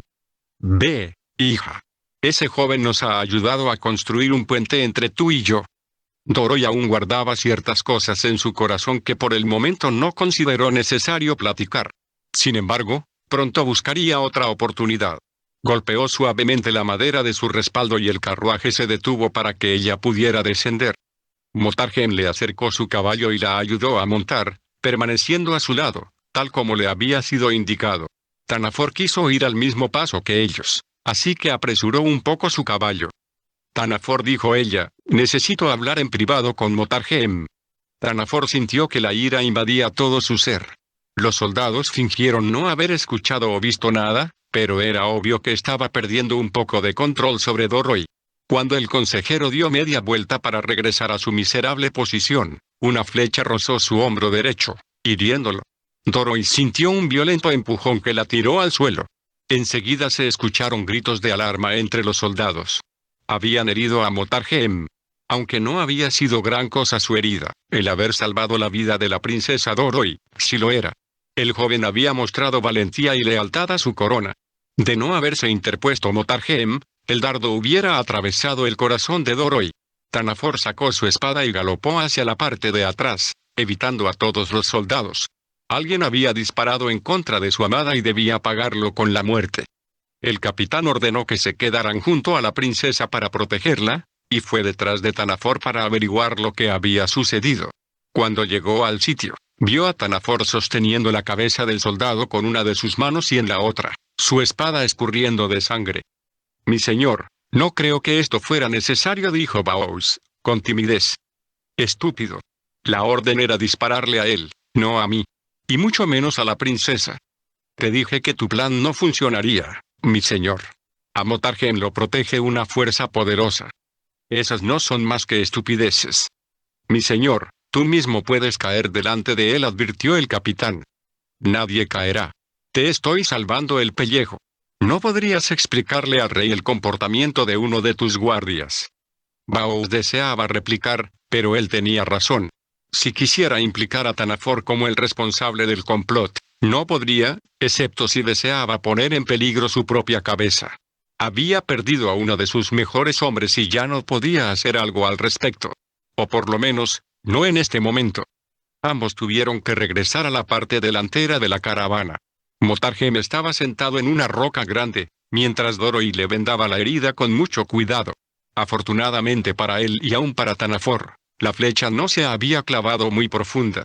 Preocupado, más por su vida que por la salud del esclavo, Tanafor se puso al lado del herido, tratando de impresionar a todos con su falso interés. «Tanafor. Ordene», su majestad dijo, inclinando su cabeza levemente. «Te dije que tu cabeza rodaría si algo le sucedía a Motarjem», gritó el rey, mientras desenfundaba su espada. Tanafor tembló de pies a cabeza. Todos los presentes miraron con estupor al rey. Nadie se había imaginado que algún día sería ejecutado el consejero por el propio monarca. Y sin duda, todos estarían felices. «Mi señor. La flecha iba dirigida a Doroi, no al esclavo», se excusó Tanafor. «Ah. Eso significa que tenemos un héroe entre los esclavos, como tú le llamas, ¿verdad?» «Supongo que sí, señor». El rey se acercó a la piedra donde estaba sentado el sirviente. Tocó los hombros de Motarjem con su espada. «Motarjem, te nombro oficialmente, guarda de honor para mí y para mi hija. Sobre mi reino, serás el tercero en autoridad y nadie podrá contradecir tus órdenes, bajo pena de muerte». Todos aplaudieron con efusividad la decisión del rey, incluso Doroi. Tanafor fingió celebrar el nombramiento, mirando de reojo la reacción del capitán Baoz, quien solo se atinó a encogerse de hombros. Sin duda, el favor del rey seguía aumentando en beneficio de Motarjem. 14. El plan. Salieron, ocultándose de Motarjem. Conociendo la tradición de Madhhab, sabían que no iban a sobrevivir al incendio si se quedaban dentro de aquella fortaleza. En el pasado, algunos de sus amigos ya habían intentado salir de todo aquel sistema religioso. Sin embargo, regresaban casi enseguida, por el miedo a ser excomulgados, perseguidos o muertos. Muchos habían perdido sus posesiones, sus influencias políticas, económicas o religiosas, mismas, que frecuentemente se relacionaban de manera indisoluble. «Mira, parece que tu esposa está huyendo con un hombre». «No puede ser ella, madre. Seguramente Darya está calcinándose en estos momentos, en el recinto de Movafagiat». «No seas idiota. Fíjate en sus vestiduras. Yo mismo se las regalé. Aunque están manchadas, aún pueden distinguirse los colores». El viento en contra y el correr del caballo lograron descubrir la cabeza de Darya. Su cabello negro y un poco corto era inconfundible, lo mismo que su estatura y complexión. Pero a la distancia Pul no la pudo identificar plenamente. «Tienes razón, madre. Es ella», dijo, solo para no contradecirla. «Siempre tengo la razón», dijo, de manera altanera. «Es probable que ese hombre sea su amante. Será mejor que los sigamos, a ver hacia dónde van. Siempre ha sido su deseo regresar a Nur. Ella me lo dijo muchas veces. Sin duda, allá se dirigen». La mente de Nehad Paraste era perspicaz y perversa. Su orgullo era demasiado grande como para permitir que fuera pisoteado por una miserable extranjera. Poco a poco empezaba a fraguarse en su mente un plan. Arrió su caballo. Pocos segundos después, Pul comprendió que debía seguirla. Nehath admiró la pasividad de su retoño. Es igual que su padre, ! Masculló entre dientes. Gracias a los dioses que ya murió, si no, tendría que arrastrarlos a los dos. Pul aún venía retrasado, tratando de emparejarse al paso del caballo que arriaba su madre. Más adelante, tendremos que separarnos. Tienes que apresurarte para seguirlos más de cerca. Está bien, madre, dijo él, sin entender mucho el plan. Necesito que me des tu arco. Tú lleva lista tu espada. Esperaremos el momento adecuado para matarlos. ¿Conoces esta zona? Preguntó visiblemente emocionado, al entender a medias la estrategia de su madre. Nehath suspiró hondamente. Los recuerdos se agolparon en su mente. Era una historia que no deseaba compartirle a nadie, en especial, porque estaba llena de vergüenza y no deseaba perder el respeto y control sobre su hijo. La conozco. Tu padre y yo viajábamos con frecuencia por aquí. Una mujer dio voces detrás de ellos. Tess era totalmente desconocida. Tal vez estaba extraviada en aquel paraje. ¿Qué deseas de nosotros? Preguntó Nehath. Vengo persiguiendo a un hombre llamado Deraxan. No lo conocemos. ¿Quién eres tú? ¿Por qué lo estás siguiendo? Me llamo Asiyat. Él es mi esposo. Lo vi salir, huyendo de la fortaleza de Madhhab con una mujerzuela y yo he venido a reclamar lo que es mío. Ella no es una mujerzuela. Se trata de mi esposa! Protestó Pul. Mantén la boca cerrada! Explotó Nehath. Me dijiste que no lo conocían, y, ¿ahora resulta que tu esposa es amante de mi esposo? Nehath alabó, interiormente, la torpeza de su vástago. Ahora, gracias a ese infortunado comentario, tendrían que cabalgar con esa mujer. Nehath se acercó al caballo de Pul. Se estiró un poco y desenvainó la espada que él llevaba a su costado. De un tajo cortó la cabeza de Asiyat, ante la mirada estupefacta de su hijo. La has matado. ¿Qué observador te has vuelto? Idiota. ¿Por qué la mataste? Nehath aspiró lenta y profundamente. Maldecía a sus dioses por haberle enviado por hijo al menos inteligente de sobre la faz de la tierra. Le regresó la espada, aún chorreando de sangre. Por si no lo sabes, estamos entrando en el territorio de Nur. Será peligroso para nosotros si dejamos testigos. ¿Por qué? Pero qué estúpido eres. En un reino de idiotas, sin duda tú serías el sirviente de todos, bramó Nehath, arriando furiosamente su caballo. Pul aún no entendía por qué su madre no hablaba en términos que él pudiera comprender. Hincó las espuelas al caballo y continuaron la persecución. Por el trayecto que seguían, con seguridad Arya y su amante tomarían el camino al reino de Nur, yendo por Mobafagiat. Más adelante había varias bifurcaciones, pero si en verdad se dirigían hacia allá, era imprescindible darles alcance antes de que llegaran a la cortina de Baxés. La tradición de Madhhab decía que aquella cascada era un lugar maldito. Nadie podía, ni siquiera, acercarse a sus límites a menos que quisiera suicidarse. También se decía que quien entraba en ese territorio, caía bajo la maldición del poderoso Satan, y eso era más peligroso que sufrir la más terrible de las muertes. El cuerpo de Nehath se estremeció ante la idea de ser excomulgada de Madhhab, a quien le había dedicado toda su vida y posesiones. Algunas personas se preocupaban genuinamente cuando sus familiares o amigos trataban de abandonar Madhhab.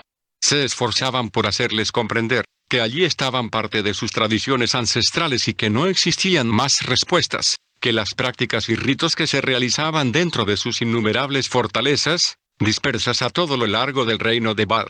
Otros trataban de evitar que la gente abandonara Madhhab a toda costa, matando a sus amigos o familiares cercanos por considerarlos infieles. Estas ejecuciones las realizaban las personas más ignorantes en todo aspecto ritual e histórico, cegados por el celo de la tradición de Madhhab, sin ser capaces de tener una convicción inteligente o moderada. Dentro de este grupo, también había gente que se escondían detrás de Madhhab para vengar premisas personales. Mataban, robaban, mentían, engañaban, violaban y hacían toda clase de perversidad, claro, todo en nombre del rey, quien en realidad era suplantado por todo un ejército de dioses ideados por Satan. Nehal Parast y Pul, sin duda, estaban dentro de este último grupo. Las enormes sumas de dinero que aportaban les aseguraban una posición de impunidad envidiable entre el liderazgo más alto de los prestes de Mazhab. Uno de los mayores anhelos de ambos había sido conocer personalmente a su líder máximo, Seitan, a quien solo algunos habían visto cara a cara. Para ser exactos, el único que tenía esa clase de privilegio era Motaham, señor de Mazhab. Los demás se tenían que conformar con verlo rodeado entre penumbras. De no tener ese anhelo, se hubieran arriesgado a entrar a los límites de Baxes, con el fin de atrapar a aquellos fugitivos de Mazhab. Claro que podrían arguir a su favor, que los habían perseguido hasta allí para hacerlos regresar al reino de Bad, y eso podría aumentar su favor delante de Motaham, y tal vez podrían realizar su anhelado sueño. Sin embargo, Nehal Parast no estaba segura de querer arriesgarse de esa forma. Especialmente, cuando la ayuda que tenía a su disposición se limitaba a la muy escasa inteligencia de su hijo. «Es tiempo de separarnos», anunció Nehal Parast.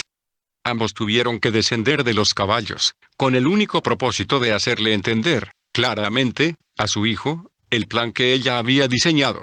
Lo hizo trazando dibujos específicos en el suelo. Tuvo que obligarlo a repetir la estrategia, para asegurarse que Pul la había comprendido. Nehal Parast respiró hondamente, dándose por satisfecha. Volvió a subir a su caballo tomando un atajo hacia el lugar especificado, poco antes de llegar a la cortina de Baxes. Era necesario no tocar el territorio. Seguramente habría guardianes de Bad para impedírselo y no deseaba ser reprendida por Motaham. Aún mantenía la confianza de que Pul no perdiera de vista a Darya y a su amante. 15. La huida. Sendani tenía que darse prisa si quería salir con vida de aquel infierno en llamas. No solo el fuego era peligroso, el humo, el tropel de la gente huyendo de lado a otro tratando de salvar su vida, y unido a eso, Motaham había decidido proteger la puerta con su propio cuerpo, impidiendo la salida de la fortaleza de Mazhab. Sendani tenía que ser cuidadoso para no tropezar con los cuerpos que yacían en el piso, asfixiados por el humo o bien, pisoteados por la turba sin control. En la huida, alguien había dejado caer su espada, sin tener oportunidad de recuperarla. Sendani se agachó a recogerla. La confusión era tal, que todos corrían sin saber hacia dónde ir. La salida principal les había sido vetada, y se dirigían a cualquier lugar, lejos de las llamas que seguían consumiendo peligrosamente aquel sitio. Los ojos de Motaham se posaron sobre Sendani. «Ven y ocupa mi lugar», signo de exclamación le ordenó, viendo que llevaba una espada en su mano.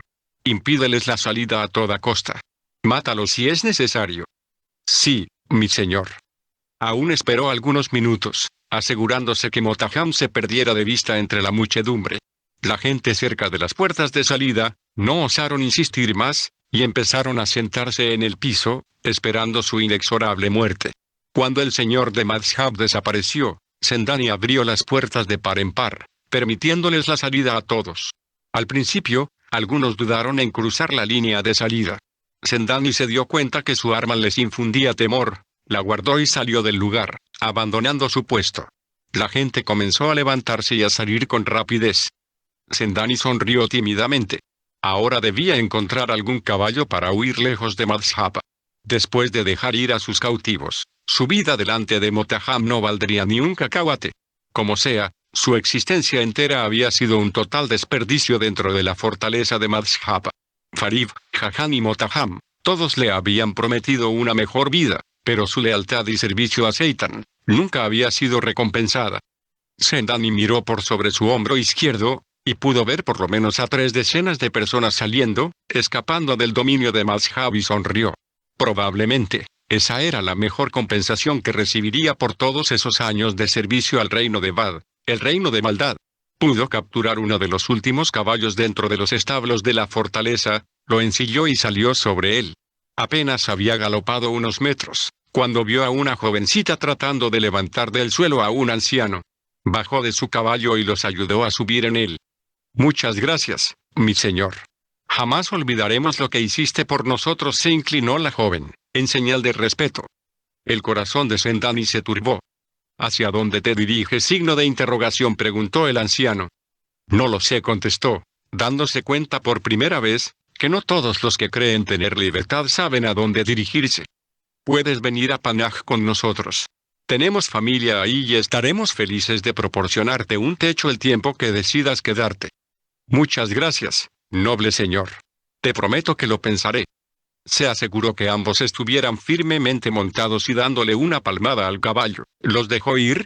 Por primera vez, había sentido el toque de la compasión dentro de su alma. Sonrió satisfecho y caminó decidido hacia un lugar incierto.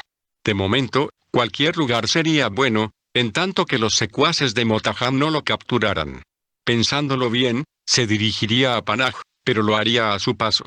Ya se había derramado sangre por causa de él, y no deseaba poner en peligro la vida de alguien más. Tuvo una idea. Antes de salir definitivamente del territorio de Madhhab, podría pasar a su cabaña y rescatar todo aquello que pudiera. En su caso, lo acusarían por el asesinato de su madre, por hacer ritos sin la autorización de Madhhab, y tendría que sufrir la pena de muerte y el despojo de todas sus posesiones. A pesar del peligro que suponía hacerse presente en su casa, decidió dirigirse a su propiedad. Antes de llegar a su terreno, fue extremadamente cauteloso, escudriñando que no hubiera algún sayatin o guardias de Motaham rondando por allí. Entró a su casa y se dirigió al lugar secreto, debajo de su cama, sacando el libro, cuidadosamente envuelto en una tela de terciopelo rojo, junto con una bolsa de regular tamaño, que contenían algunas monedas de oro. Antes de salir de debajo de la cama, escuchó los pasos de un caballo aproximándose. El corazón le palpitaba tan rápido, que creyó que el hombre afuera de su cabaña podría fácilmente escucharlo. Trató de contener su respiración, pero sus palpitaciones se hacían más fuertes. Se deslizó con cautela hacia una de las múltiples rendijas de su cabaña y vio al jinete. Pul. ¿Qué está haciendo aquí? Signo de interrogación, se preguntó mentalmente. Quiso levantarse y correr hacia su amigo, pero un pensamiento lo detuvo. No sabía por qué, pero tuvo la fuerza para no mostrarse a su venerado amigo. Buscó un saco, metió el libro y se lo colgó a un costado. También puso algo de comida para el camino. La carne cruda aún estaba relativamente fresca, por lo tanto, estaba dura y difícil de comer. Los antiguos ponían trozos de carne cruda con sal bajo su montura. Después de cierto tiempo de cabalgar y con el peso del jinete, la carne estaba lo suficientemente blanda para poder comer. El problema es que él no tenía un caballo. Sendani quiso evitar a toda costa el próximo pensamiento que llegó a su mente, pero fue en vano. Se arrastró por el piso de madera y se dirigió a la parte opuesta a la puerta. Palpó con cuidado y encontró una de las tablas viejas, relativamente floja. Si lograba quitarla, sería fácil escapar por ese sitio. El ruido fue mínimo, de manera que su guardián no se dio cuenta que su prisionero en potencia estaba a punto de escapar. Primero salió él y después tomó el saco, colgándoselo a su costado. Continuó arrastrándose por la maleza seca, siempre ocultándose de la vista de Pul. Estaba a punto de ponerse de pie y salir corriendo de ese lugar, cuando vio los cascos del caballo, justo enfrente de él. Sintió que su sangre se helaba en sus venas, incapacitándole todo su cuerpo a reaccionar. Simplemente, el sentido de supervivencia no le había funcionado. Sin alzar la vista se puso de pie, esperando sentir el acero de Pul rebanándole el cuello. Sin embargo, nada sucedió. Los estribos estaban vacíos, no había jinete.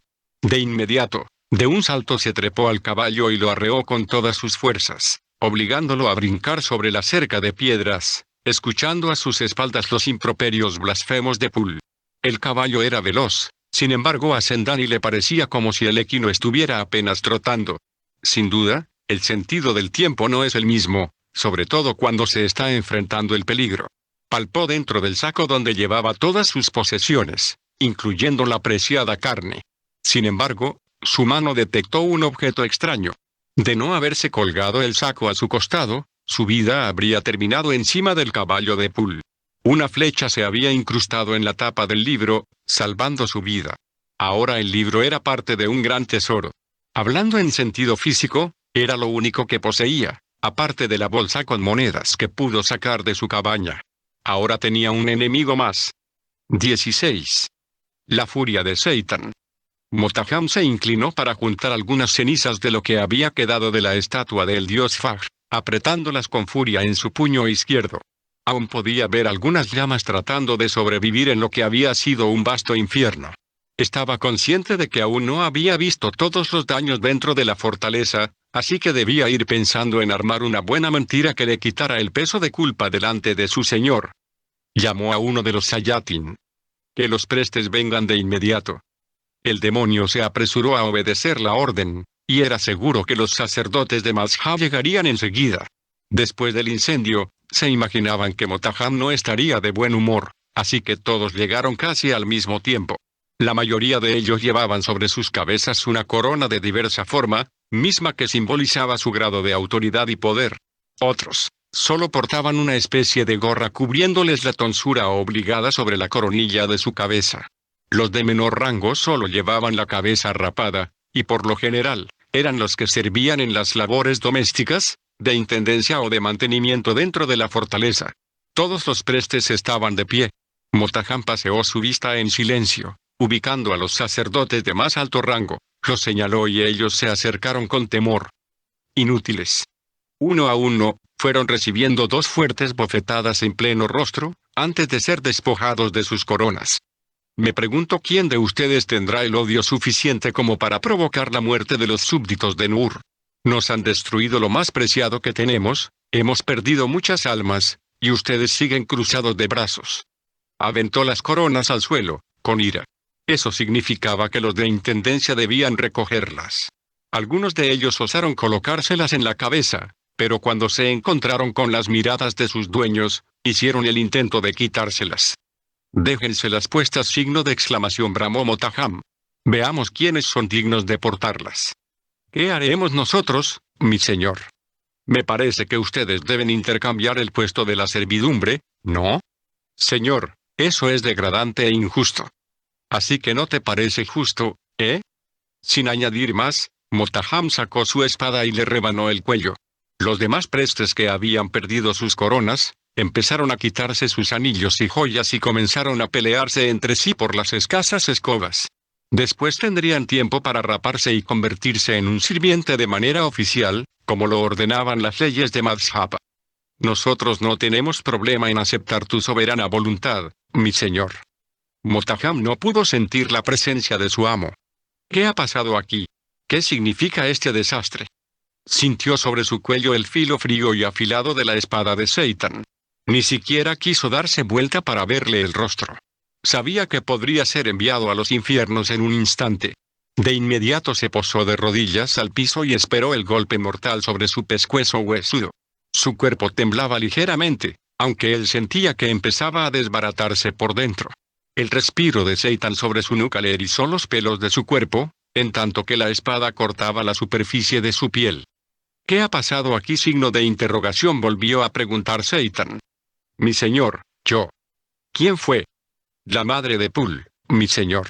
Ella causó la ira de Mobafagiat. ¿Dónde está ella?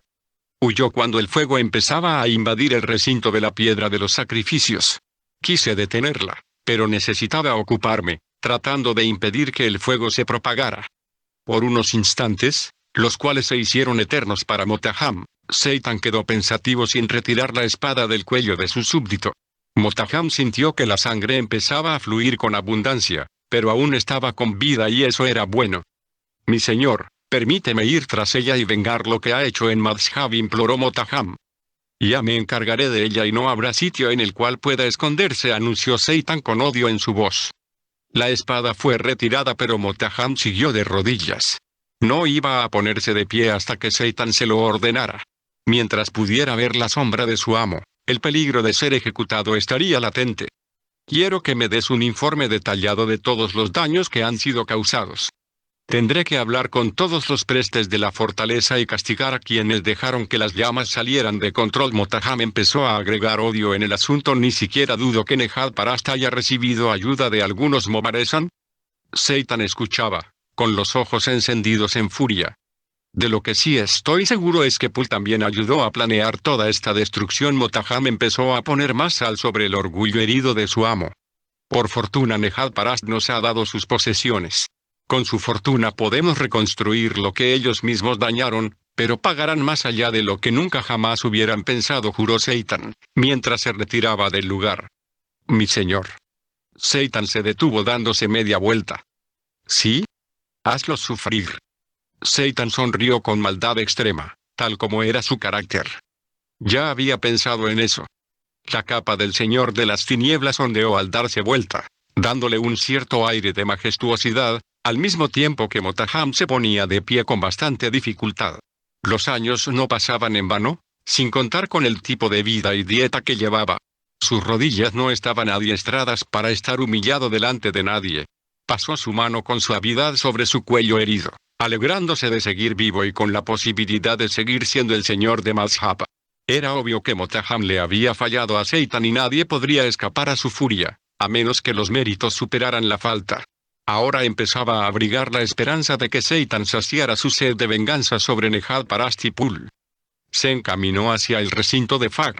Necesitaba encontrar a más culpables en caso de que Satan regresara sediento de sangre. Lo menos que deseaba era seguir exponiendo su cuello hasta después de la última ejecución que se llevara a cabo dentro de la fortaleza de Mazhab.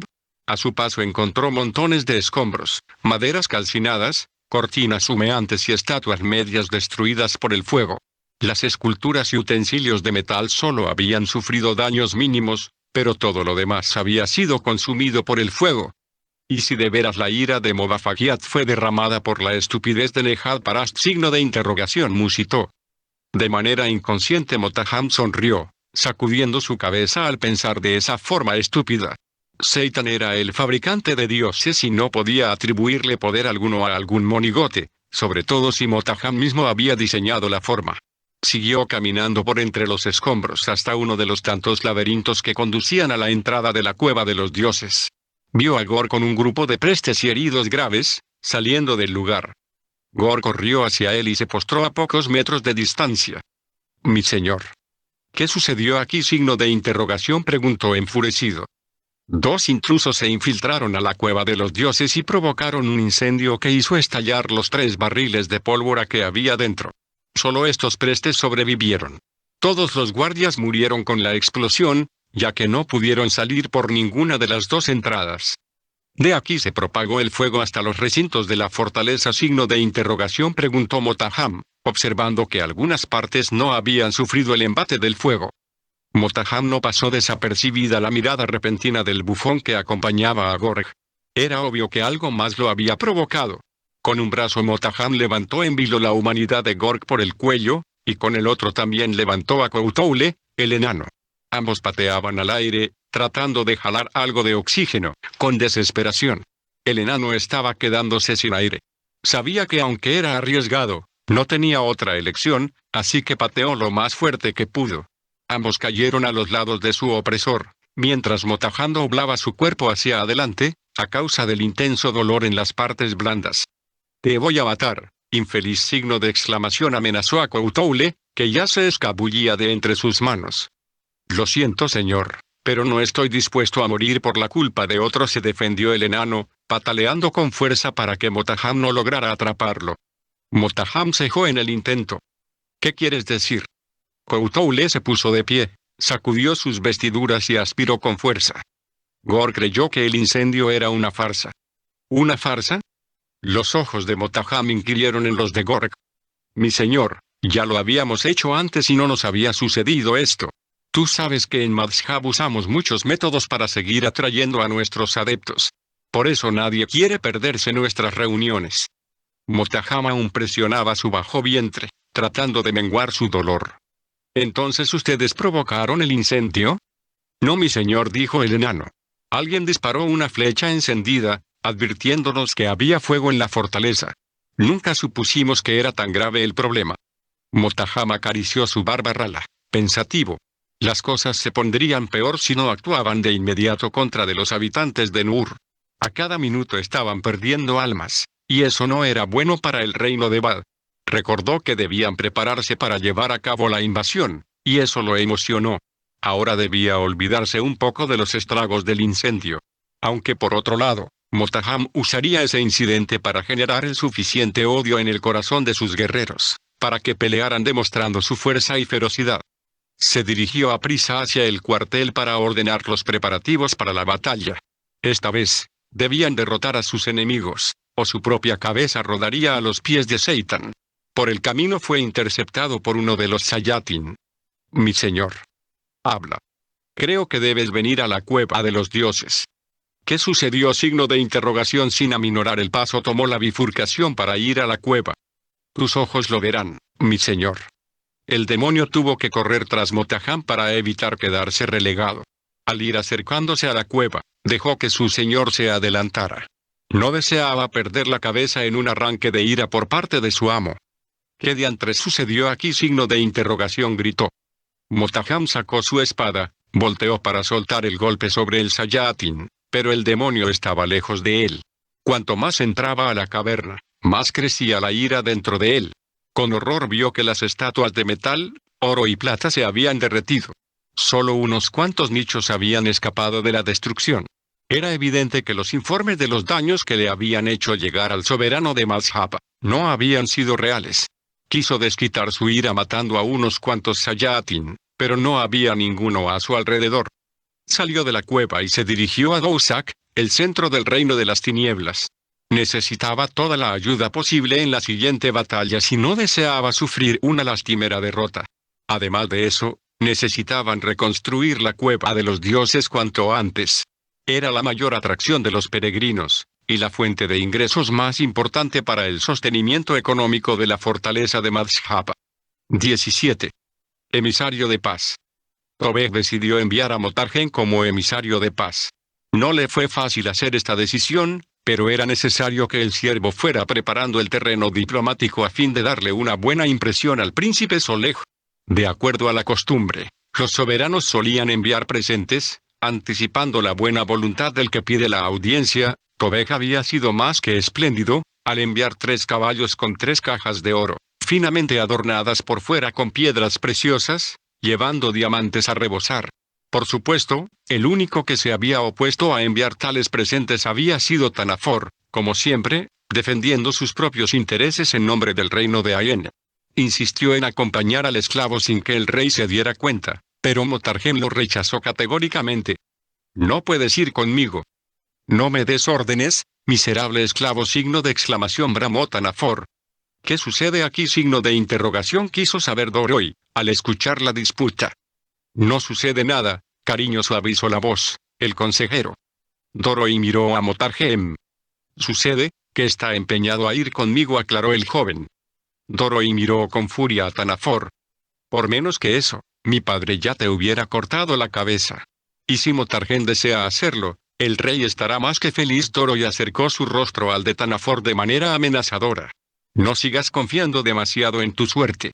Guardias. 2 tipos enormes entraron a la tienda. Acompañen a Motargen. Vio de reojo a Tanafor y agregó, cuídenle las espaldas por si alguno osa atacarlo. Si alguien se atreve a hacer eso, tráiganme su cabeza. Motargen y los guardias salieron de la tienda que le habían asignado a él. Escogieron 3 corceles más, para usarlos de repuesto en caso de que los primeros se cansaran, y montaron sus caballos, emprendiendo la delicada misión, dejando a la princesa en compañía del siniestro Tanafor. De no haber llevado prisa, Motargen hubiera preferido dejarla en un sitio más seguro. Doroi no era una mujer débil, pero el tipo era peligroso y cruel. Motargen respiró más tranquilo cuando volteó y vio a la princesa saliendo del lugar. Aunque llevaba un rollo donde se explicaba ampliamente el motivo de la visita, Motargen no deseaba entregarlo, suponiendo que Tanafor no había escrito fielmente lo que el rey Tobej había redactado. Apresuró el paso de su caballo, entre tanto su alma oraba, ya que era importante que el príncipe Solej y Tobej llegaran a un entendimiento mutuo. Era muy probable que Tanafor haría todo lo posible para que Motargen no estuviera presente durante la entrevista entre los 2 soberanos, así que debía encontrar de inmediato a alguien que hablara los 2 idiomas, pero era la primera vez que él visitaba Ledsat y no conocía a nadie allí. El viaje le estaba resultando agotador, más por la tensión de la misión, que por lo accidentado del terreno. Más adelante, vio las figuras de 3 personas caminando hacia el mismo rumbo de Ledsat y se compadeció de ellos. Vamos a compartir las monturas con ellos. Como usted diga, señor. Al irse acercando, pudo ver el cansancio en ellas. 2 mujeres y... ¿Bataroe? ¿Qué haces aquí, querido amigo? Motargen descendió de inmediato de su montura, para fundirse en un fuerte abrazo, en medio de lágrimas y palabras de agradecimiento al rey. Aseg y Mohabbat contemplaban emocionadas la escena. Después de presentarse entre ellos, Motarjem los invitó a subir a los caballos. Gracias, comentó Aseg. Mis pies estaban a punto de negarse a seguir avanzando. Pues yo estaba rogando al cielo que apareciera alguien con 3 caballos, dijo Mohabbat, emocionada. En cuanto llegue a Ledsat me daré un buen baño y me iré a dormir por 3 días seguidos, exclamó Batarrobe. Me temo que he venido para echar a perder tus planes, amigo mío, interrumpió Motarjem. ¿Qué sucede? Tendrás que ayudarme como intérprete entre el príncipe Solej y el rey Tobej. Batarrobe sintió un golpe seco en sus entrañas. Esa no iba a ser una reunión pacífica. ¿Por qué pones esa cara de angustia, amigo mío? Signo de interrogación, sonrió. Finalmente el mensaje que ustedes nos entregaron por parte del rey, empieza a dar sus primeros frutos. Batarrobe abrió mucho sus ojos, sin llegar a comprender todo el peso de la noticia.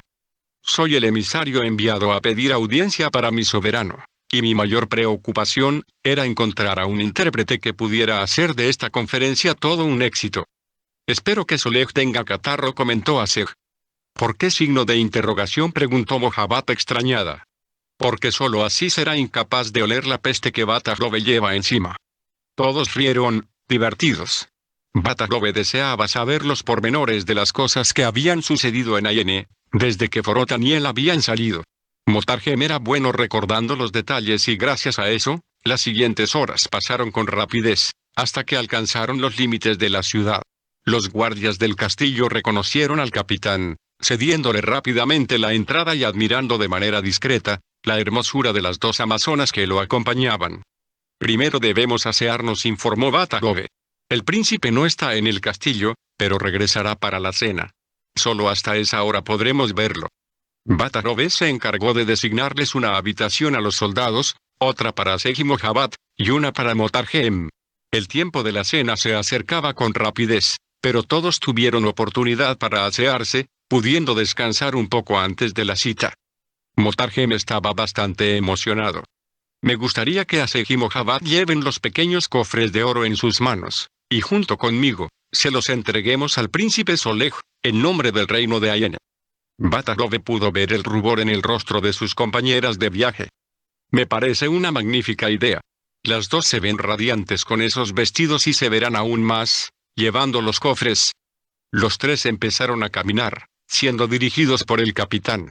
No tenían mucho tiempo para admirar la belleza del castillo, que aunque no estaba adornado de oro y joyas, sí lucía como un lugar donde la paz y la seguridad se podían respirar con libertad. Entraron a un salón grande donde había una mesa larga y elegante. Vieron que los sirvientes traían toda suerte de frutas, quesos, pan, vino y carne de cordero. Batarrobe quiso saltar sobre los manjares, pero Aseg lo contuvo. Con calma, cachorro. El príncipe no verá con malos ojos que te adelantes a comer, pero nosotras no podremos olvidar la vergüenza que nos hiciste pasar. Una sonrisa suave se dibujó en el hermoso rostro de Mohabbat. Todos traían hambre y estaban cansados, pero no tuvieron que esperar mucho tiempo. El príncipe Solej y la princesa Marjan aparecieron casi de inmediato. Batarrobe. Bienvenido, viejo amigo, lo abrazó con fuerza. Aseg, hermana mía, signo de exclamación, dijo sorprendido, besándole su mejilla. Marjan, ella es Aseg, de quien te he hablado. Ambas se tomaron las manos, admirando la belleza, la una de la otra. Sonrieron ampliamente, besándose sus mejillas. Eres tan hermosa, mi señora, dijo Aseg. Tu belleza sobrepasa todo lo que tu esposo nos contó de ti. El rostro de Marjan se sonrojó hermosamente. De haberte conocido antes, creo que habría tenido celos de que estuvieras al lado de mi esposo. No solo eres hermosa, sino valiente, según me ha contado Solej. Perdón, signo de exclamación, se excusó Solej, dirigiéndose hacia Mohabbat y Motarjem. Casi nos hemos olvidado de ustedes. Ella es Mohabbat de Handeli, y viene a prepararse como Mobaresan, junto con Aseg, a quien ya conoces. Motarjem es un emisario de Ayene. El rey Tobej anhela tener una audiencia contigo. Cuando Motarjem oyó el nombre de su soberano, hincó su rodilla al suelo y ofreció el primer cofre. Luego se acercaron a Aseg y Mohabbat con los otros 2. ¿Qué es esto? Son presentes que te envían para obtener tu favor, aclaró Batarrobe. Pero no es necesario, signo de exclamación, protestó suavemente Solej. Lo sé, mi príncipe, asintió Batarove. Pero es necesario que los aceptes. De otra manera, ofenderás la buena intención de amistad del rey Tobej. Mi señor, dijo Motarjem, ten compasión de nosotros. Te pedimos en nombre del Rey de Reyes, que aceptes a nuestro pueblo como tus hermanos. Todos quedaron estupefactos, al escuchar a Motarjem hablar el idioma de Nur. ¿Hablas nuestro lenguaje? Signo de interrogación, preguntó sorprendido, Batarove. No. Nunca lo he hablado. Lo poco que he escuchado, fue lo que les oímos hablar al Mobarez Anforotan y a ti, contestó. Pues yo te entiendo perfectamente, dijo Solej. Escuchar, hablar y entender el lenguaje de Nur era algo inimaginable, incomprensible a todo raciocinio. Sin embargo, así estaba sucediendo. Ya que todos hablamos y entendemos el mismo idioma, podemos empezar a comer. Signo de interrogación, sugirió Asej. Todos rieron y tomaron asiento a la mesa. Al principio, las dos mujeres se mostraron cohibidas por la presencia de Marjan, pero la sencillez y honestidad de la princesa terminaron de romper el hielo. Cuando terminaron de cenar, la princesa guió a sus huéspedes a las habitaciones para invitados y les regaló varios de sus propios vestidos. Marjan suspiró.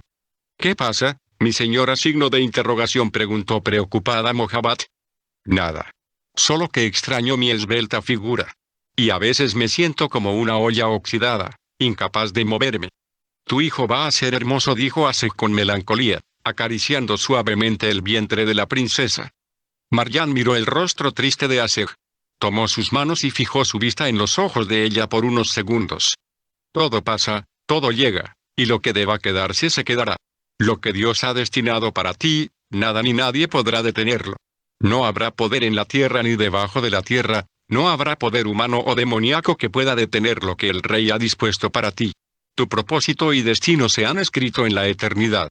Asej no pudo evitar que las lágrimas calientes se deslizaran sobre su rostro. Marjan y Mohabbat la abrazaron hasta que las tres lloraron y pudieron sonreír.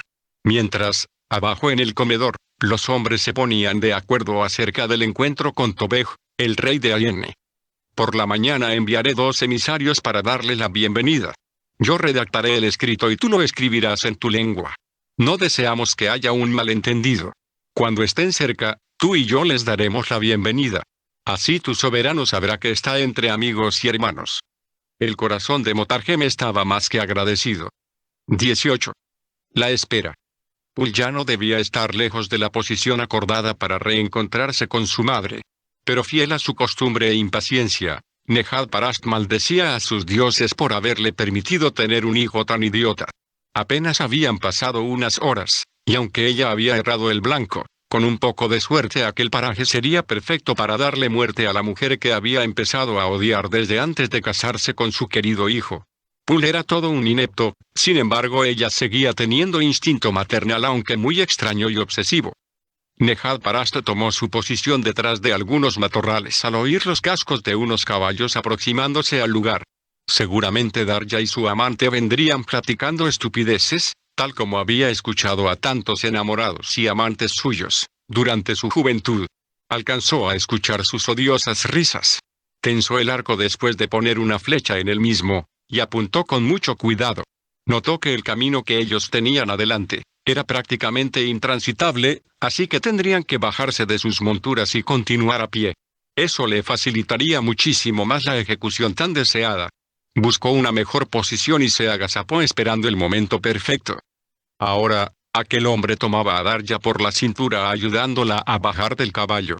Lo hizo con tanta ternura, que aún Nejad-Parast sintió celos por no recibido esa clase de galantería por parte de su esposo en su adolescencia. Darya se dejó bajar casi en vilo, con una gran sonrisa en su rostro. Él se acercó para besarla, pero ella se lo impidió. Hipócrita, signo de exclamación, dijo Nejad-Parast, ¿para sí? Por alguna razón, ella no pudo sentir la lágrima que descendía perezosamente sobre su mejilla izquierda. Hacía tantos años que había cerrado su corazón, tanto, que le era imposible saber que sus conductos lagrimales aún pudieran funcionar.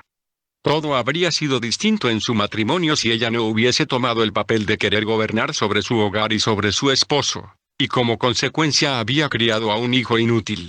Su esposo había huido lejos de ella, dejándola en medio del oprobio.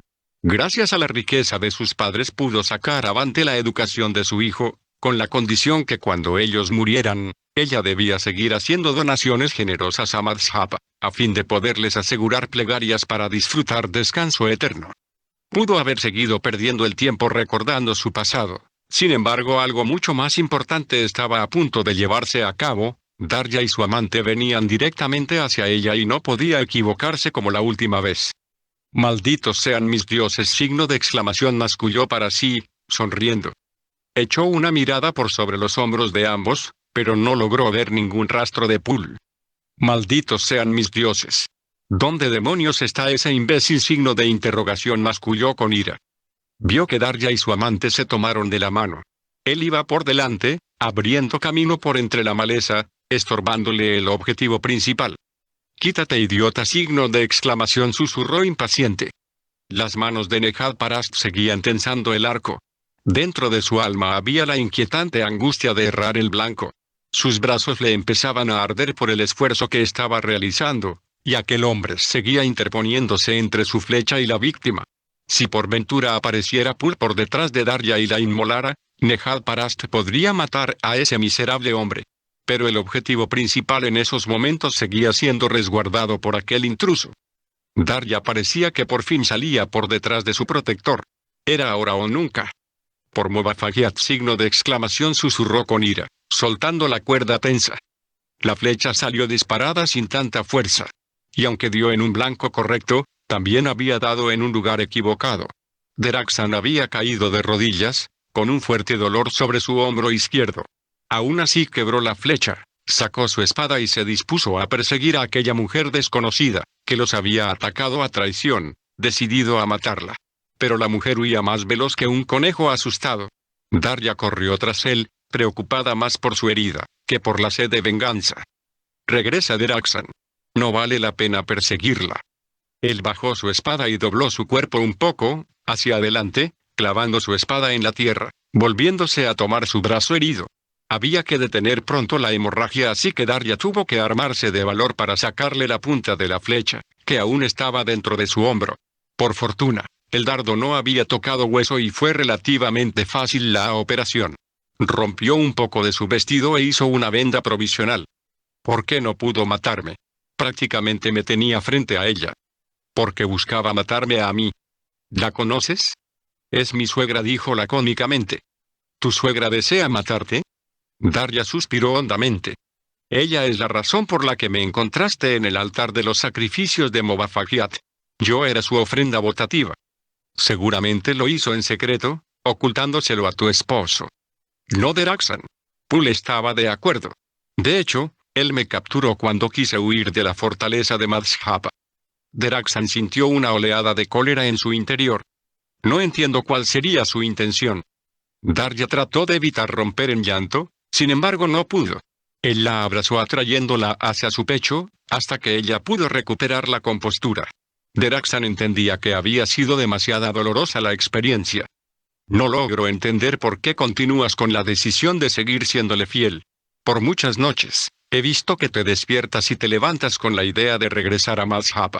Es mi convicción, Deraxan. Perdóname, dijo Darya, soltándose de su mano. ¿Convicción o necedad? Darya no supo qué contestar. Él sentía que su hombro le dolía terriblemente. Sin embargo, el dolor de su alma era mucho mayor. En ese momento quiso renunciar a seguir caminando hacia Baxés. No obstante, apretó el paso sin importarle que Darya se quedara rezagada. Quizá ese dolor emocional le proporcionaba el suficiente coraje para seguir avanzando hacia un futuro incierto y tal vez indeseable. Su mente sufría la tormenta de millares de especulaciones cayendo sobre sí, y cada pensamiento buscaba la forma de asentarse en su alma, sin encontrar un lugar apropiado. Ella venía detrás de él, en silencio. Entendía que el alma de Deraxan estaba herida y que la frustración lo hacía reaccionar de una manera pasiva pero violenta, lastimándose a sí mismo, haciéndose daño a propósito. Siguió detrás de él, tratando de entender su silencio. Ella lo amaba, pero aún estaba casada y no podía romper el juramento que había hecho con su esposo, delante de un preste de Madhhab, de serle fiel hasta la muerte. «Detente un poco», Deraxan, signo de exclamación, clamó con evidente angustia y cansancio. «Ya no puedo seguir a tu ritmo». Él se sintió miserable. No debía desquitar su frustración contra la mujer que había empezado a amar más allá de su propio entendimiento. Después de todo, ella tenía razón. Tal vez, esa era la razón principal de su enojo. Ella tenía razón. Las leyes de Nur eran claras y aunque Deraxan amaba a Dios, sabía que las emociones de su alma debían de conectarse correctamente a los pensamientos de su cabeza, y estos, sujetarse a las leyes del rey. Nunca había enfrentado una batalla más cruenta que la que lidiaba ahora mismo en su interior. Y estaba siendo derrotado. Perdóname, Darja. El espíritu de Deraxan ardía, literalmente, en frustración y rabia. Ella extendió su mano para que la ayudara a avanzar. Aunque a decir verdad, su intención real era más para procurar suavizar lo que él estaba sintiendo. Él disminuyó un poco el ritmo de su paso. De hecho, hasta disfrutó el trayecto cuesta arriba, hasta alcanzar la cortina de Baxés. Tomado de la mano de Darja, todo parecía ser mucho más fácil. El viento provocaba que la brisa de la cascada bañara sus cuerpos, y empezaban a sentir un poco de alivio por el esfuerzo que estaban realizando. La camisa de Deraxan se empezaba a empapar con el agua, mezclándose con la sangre de su herida, tiñéndola de rojo. Me preocupa tu herida, Deraxan. Puedes desangrarte. Él sonrió con ironía. ¿Y a quién le importaría que yo muriera? ¿De qué me sirve esta vida si no tengo nada ni a nadie a quien aferrarme? Tienes a tu esposa. Trata de ser feliz. Deraxan sintió un vacío en sus entrañas, como si algo lo hubiera golpeado, y sintió ira, aunque supo contenerla. Perdóname, Darja. No quiero ser rudo, pero no deseo hablar del asunto. No era un tema que le gustara externar porque siempre que lo hacía, no podía evitar sentir amargura y frustración. Tal vez por eso se habían encontrado providencialmente, y juntos habían emprendido esa jornada. Pero Deraxan continuaba preguntándose si el rey les revelaría el propósito de ese reencuentro. Darja luchaba contra los mismos pensamientos. Confía en mí. Quiero confiar, Deraxan. ¿A qué te refieres, Darja? ¿Confiar en qué? Me dijiste que confiara en ti, respondió. Yo no he hablado. Darja hizo un mohín involuntario. Entonces, es seguro que la brisa de la cortina ha arrastrado algo que me ha parecido ser una voz hasta mis oídos. Probablemente. Aquí suceden grandes cosas, extrañas experiencias. Incluso la muerte. ¿Me has traído aquí para que muramos juntos? Preguntó asustada Darja. Deraxan se detuvo un instante, con dolor en su corazón por no poder rodearla con sus brazos. Sin embargo, la podría abrazar con sus ojos. La miró con profunda tristeza. No, nunca lo haría. Yo no dudaría exponer mi vida con tal de protegerte, pero nunca podría hacerte daño. Deraxan miró sobre los hombros de Darja. Como deseo morir ahora mismo. Desearía morir en estas turbulentas aguas o ser consumido de manera inmediata, por el fuego que tengo en mis entrañas. Por Mazhapa, no digas eso. Cualquier cosa es mejor que vivir sin ti, Darja. Deraxan dio media vuelta y volvió a apresurar su paso, con el firme propósito de llegar al pie de la cortina de Baxés, donde encontraría su libertad. Cuando llegaron, ambos pudieron escuchar el ensordecedor estruendo de la cascada poderosa cayendo sobre las rocas. Darja sintió un violento estremecimiento en su cuerpo y se abrazó a la espalda de Deraxan. No lo hagas. No podría vivir sin recordar que yo he sido la culpable. Darja no podía ver que una lluvia de lágrimas estaban bañando las mejillas del único hombre que la había amado hasta el punto de morir por ella. Si mueres, yo iré tras de ti. Deraxan pudo discernir que aquello no era una promesa de amor, sino una amenaza, y el dolor se hizo más agudo e intenso. Jamás lograría que Darja lo amara como él la amaba. Deraxan se retiró del borde y siguieron camino arriba hasta que llegaron al final del camino. No había más. Era entrar o retroceder. No entres, Deraxan. No quiero que mueras, le imploró. No tengo miedo a morir, Darja. Lo que tengo miedo es a seguir viviendo sin ti, en esta miserable soledad. Deraxan aprisionó desesperadamente el cuerpo de Darja entre sus brazos. Nunca olvides que te amo. Si muero al entrar a la cortina, recuerda que morí amándote hasta el final. La besó con pasión desmedida y ella no se resistió. Quiso dar el primer paso para entrar a la cortina, pero Darja lo detuvo. Espera. Allá veo otra cascada y se ve menos mortal que esta. Tal vez nos lleve al mismo lugar. Tal vez, esta era la última oportunidad que Deraxan tendría para conquistar el corazón de Darya, así que sin meditarlo, dieron media vuelta y buscaron el camino para llegar a la cascada de Pasimani. No fue tan difícil encontrar la senda, ya que era bastante amplia y fácil de transitar. Al parecer, miles de personas habían transitado por ahí, ya que era un terreno bastante cómodo para andar. La ruta fue demasiado corta en comparación a todo el esfuerzo que habían hecho para llegar a Baxes. Un sentimiento muy parecido a la felicidad se había apoderado de ellos. Se tomaron de las manos y se dieron un prolongado beso. Yo entraré contigo, Deraxan. Él sonrió y ambos se internaron sin temor, a la misteriosa cascada de Pasimani. Ahora enfrentarían juntos el futuro o la muerte.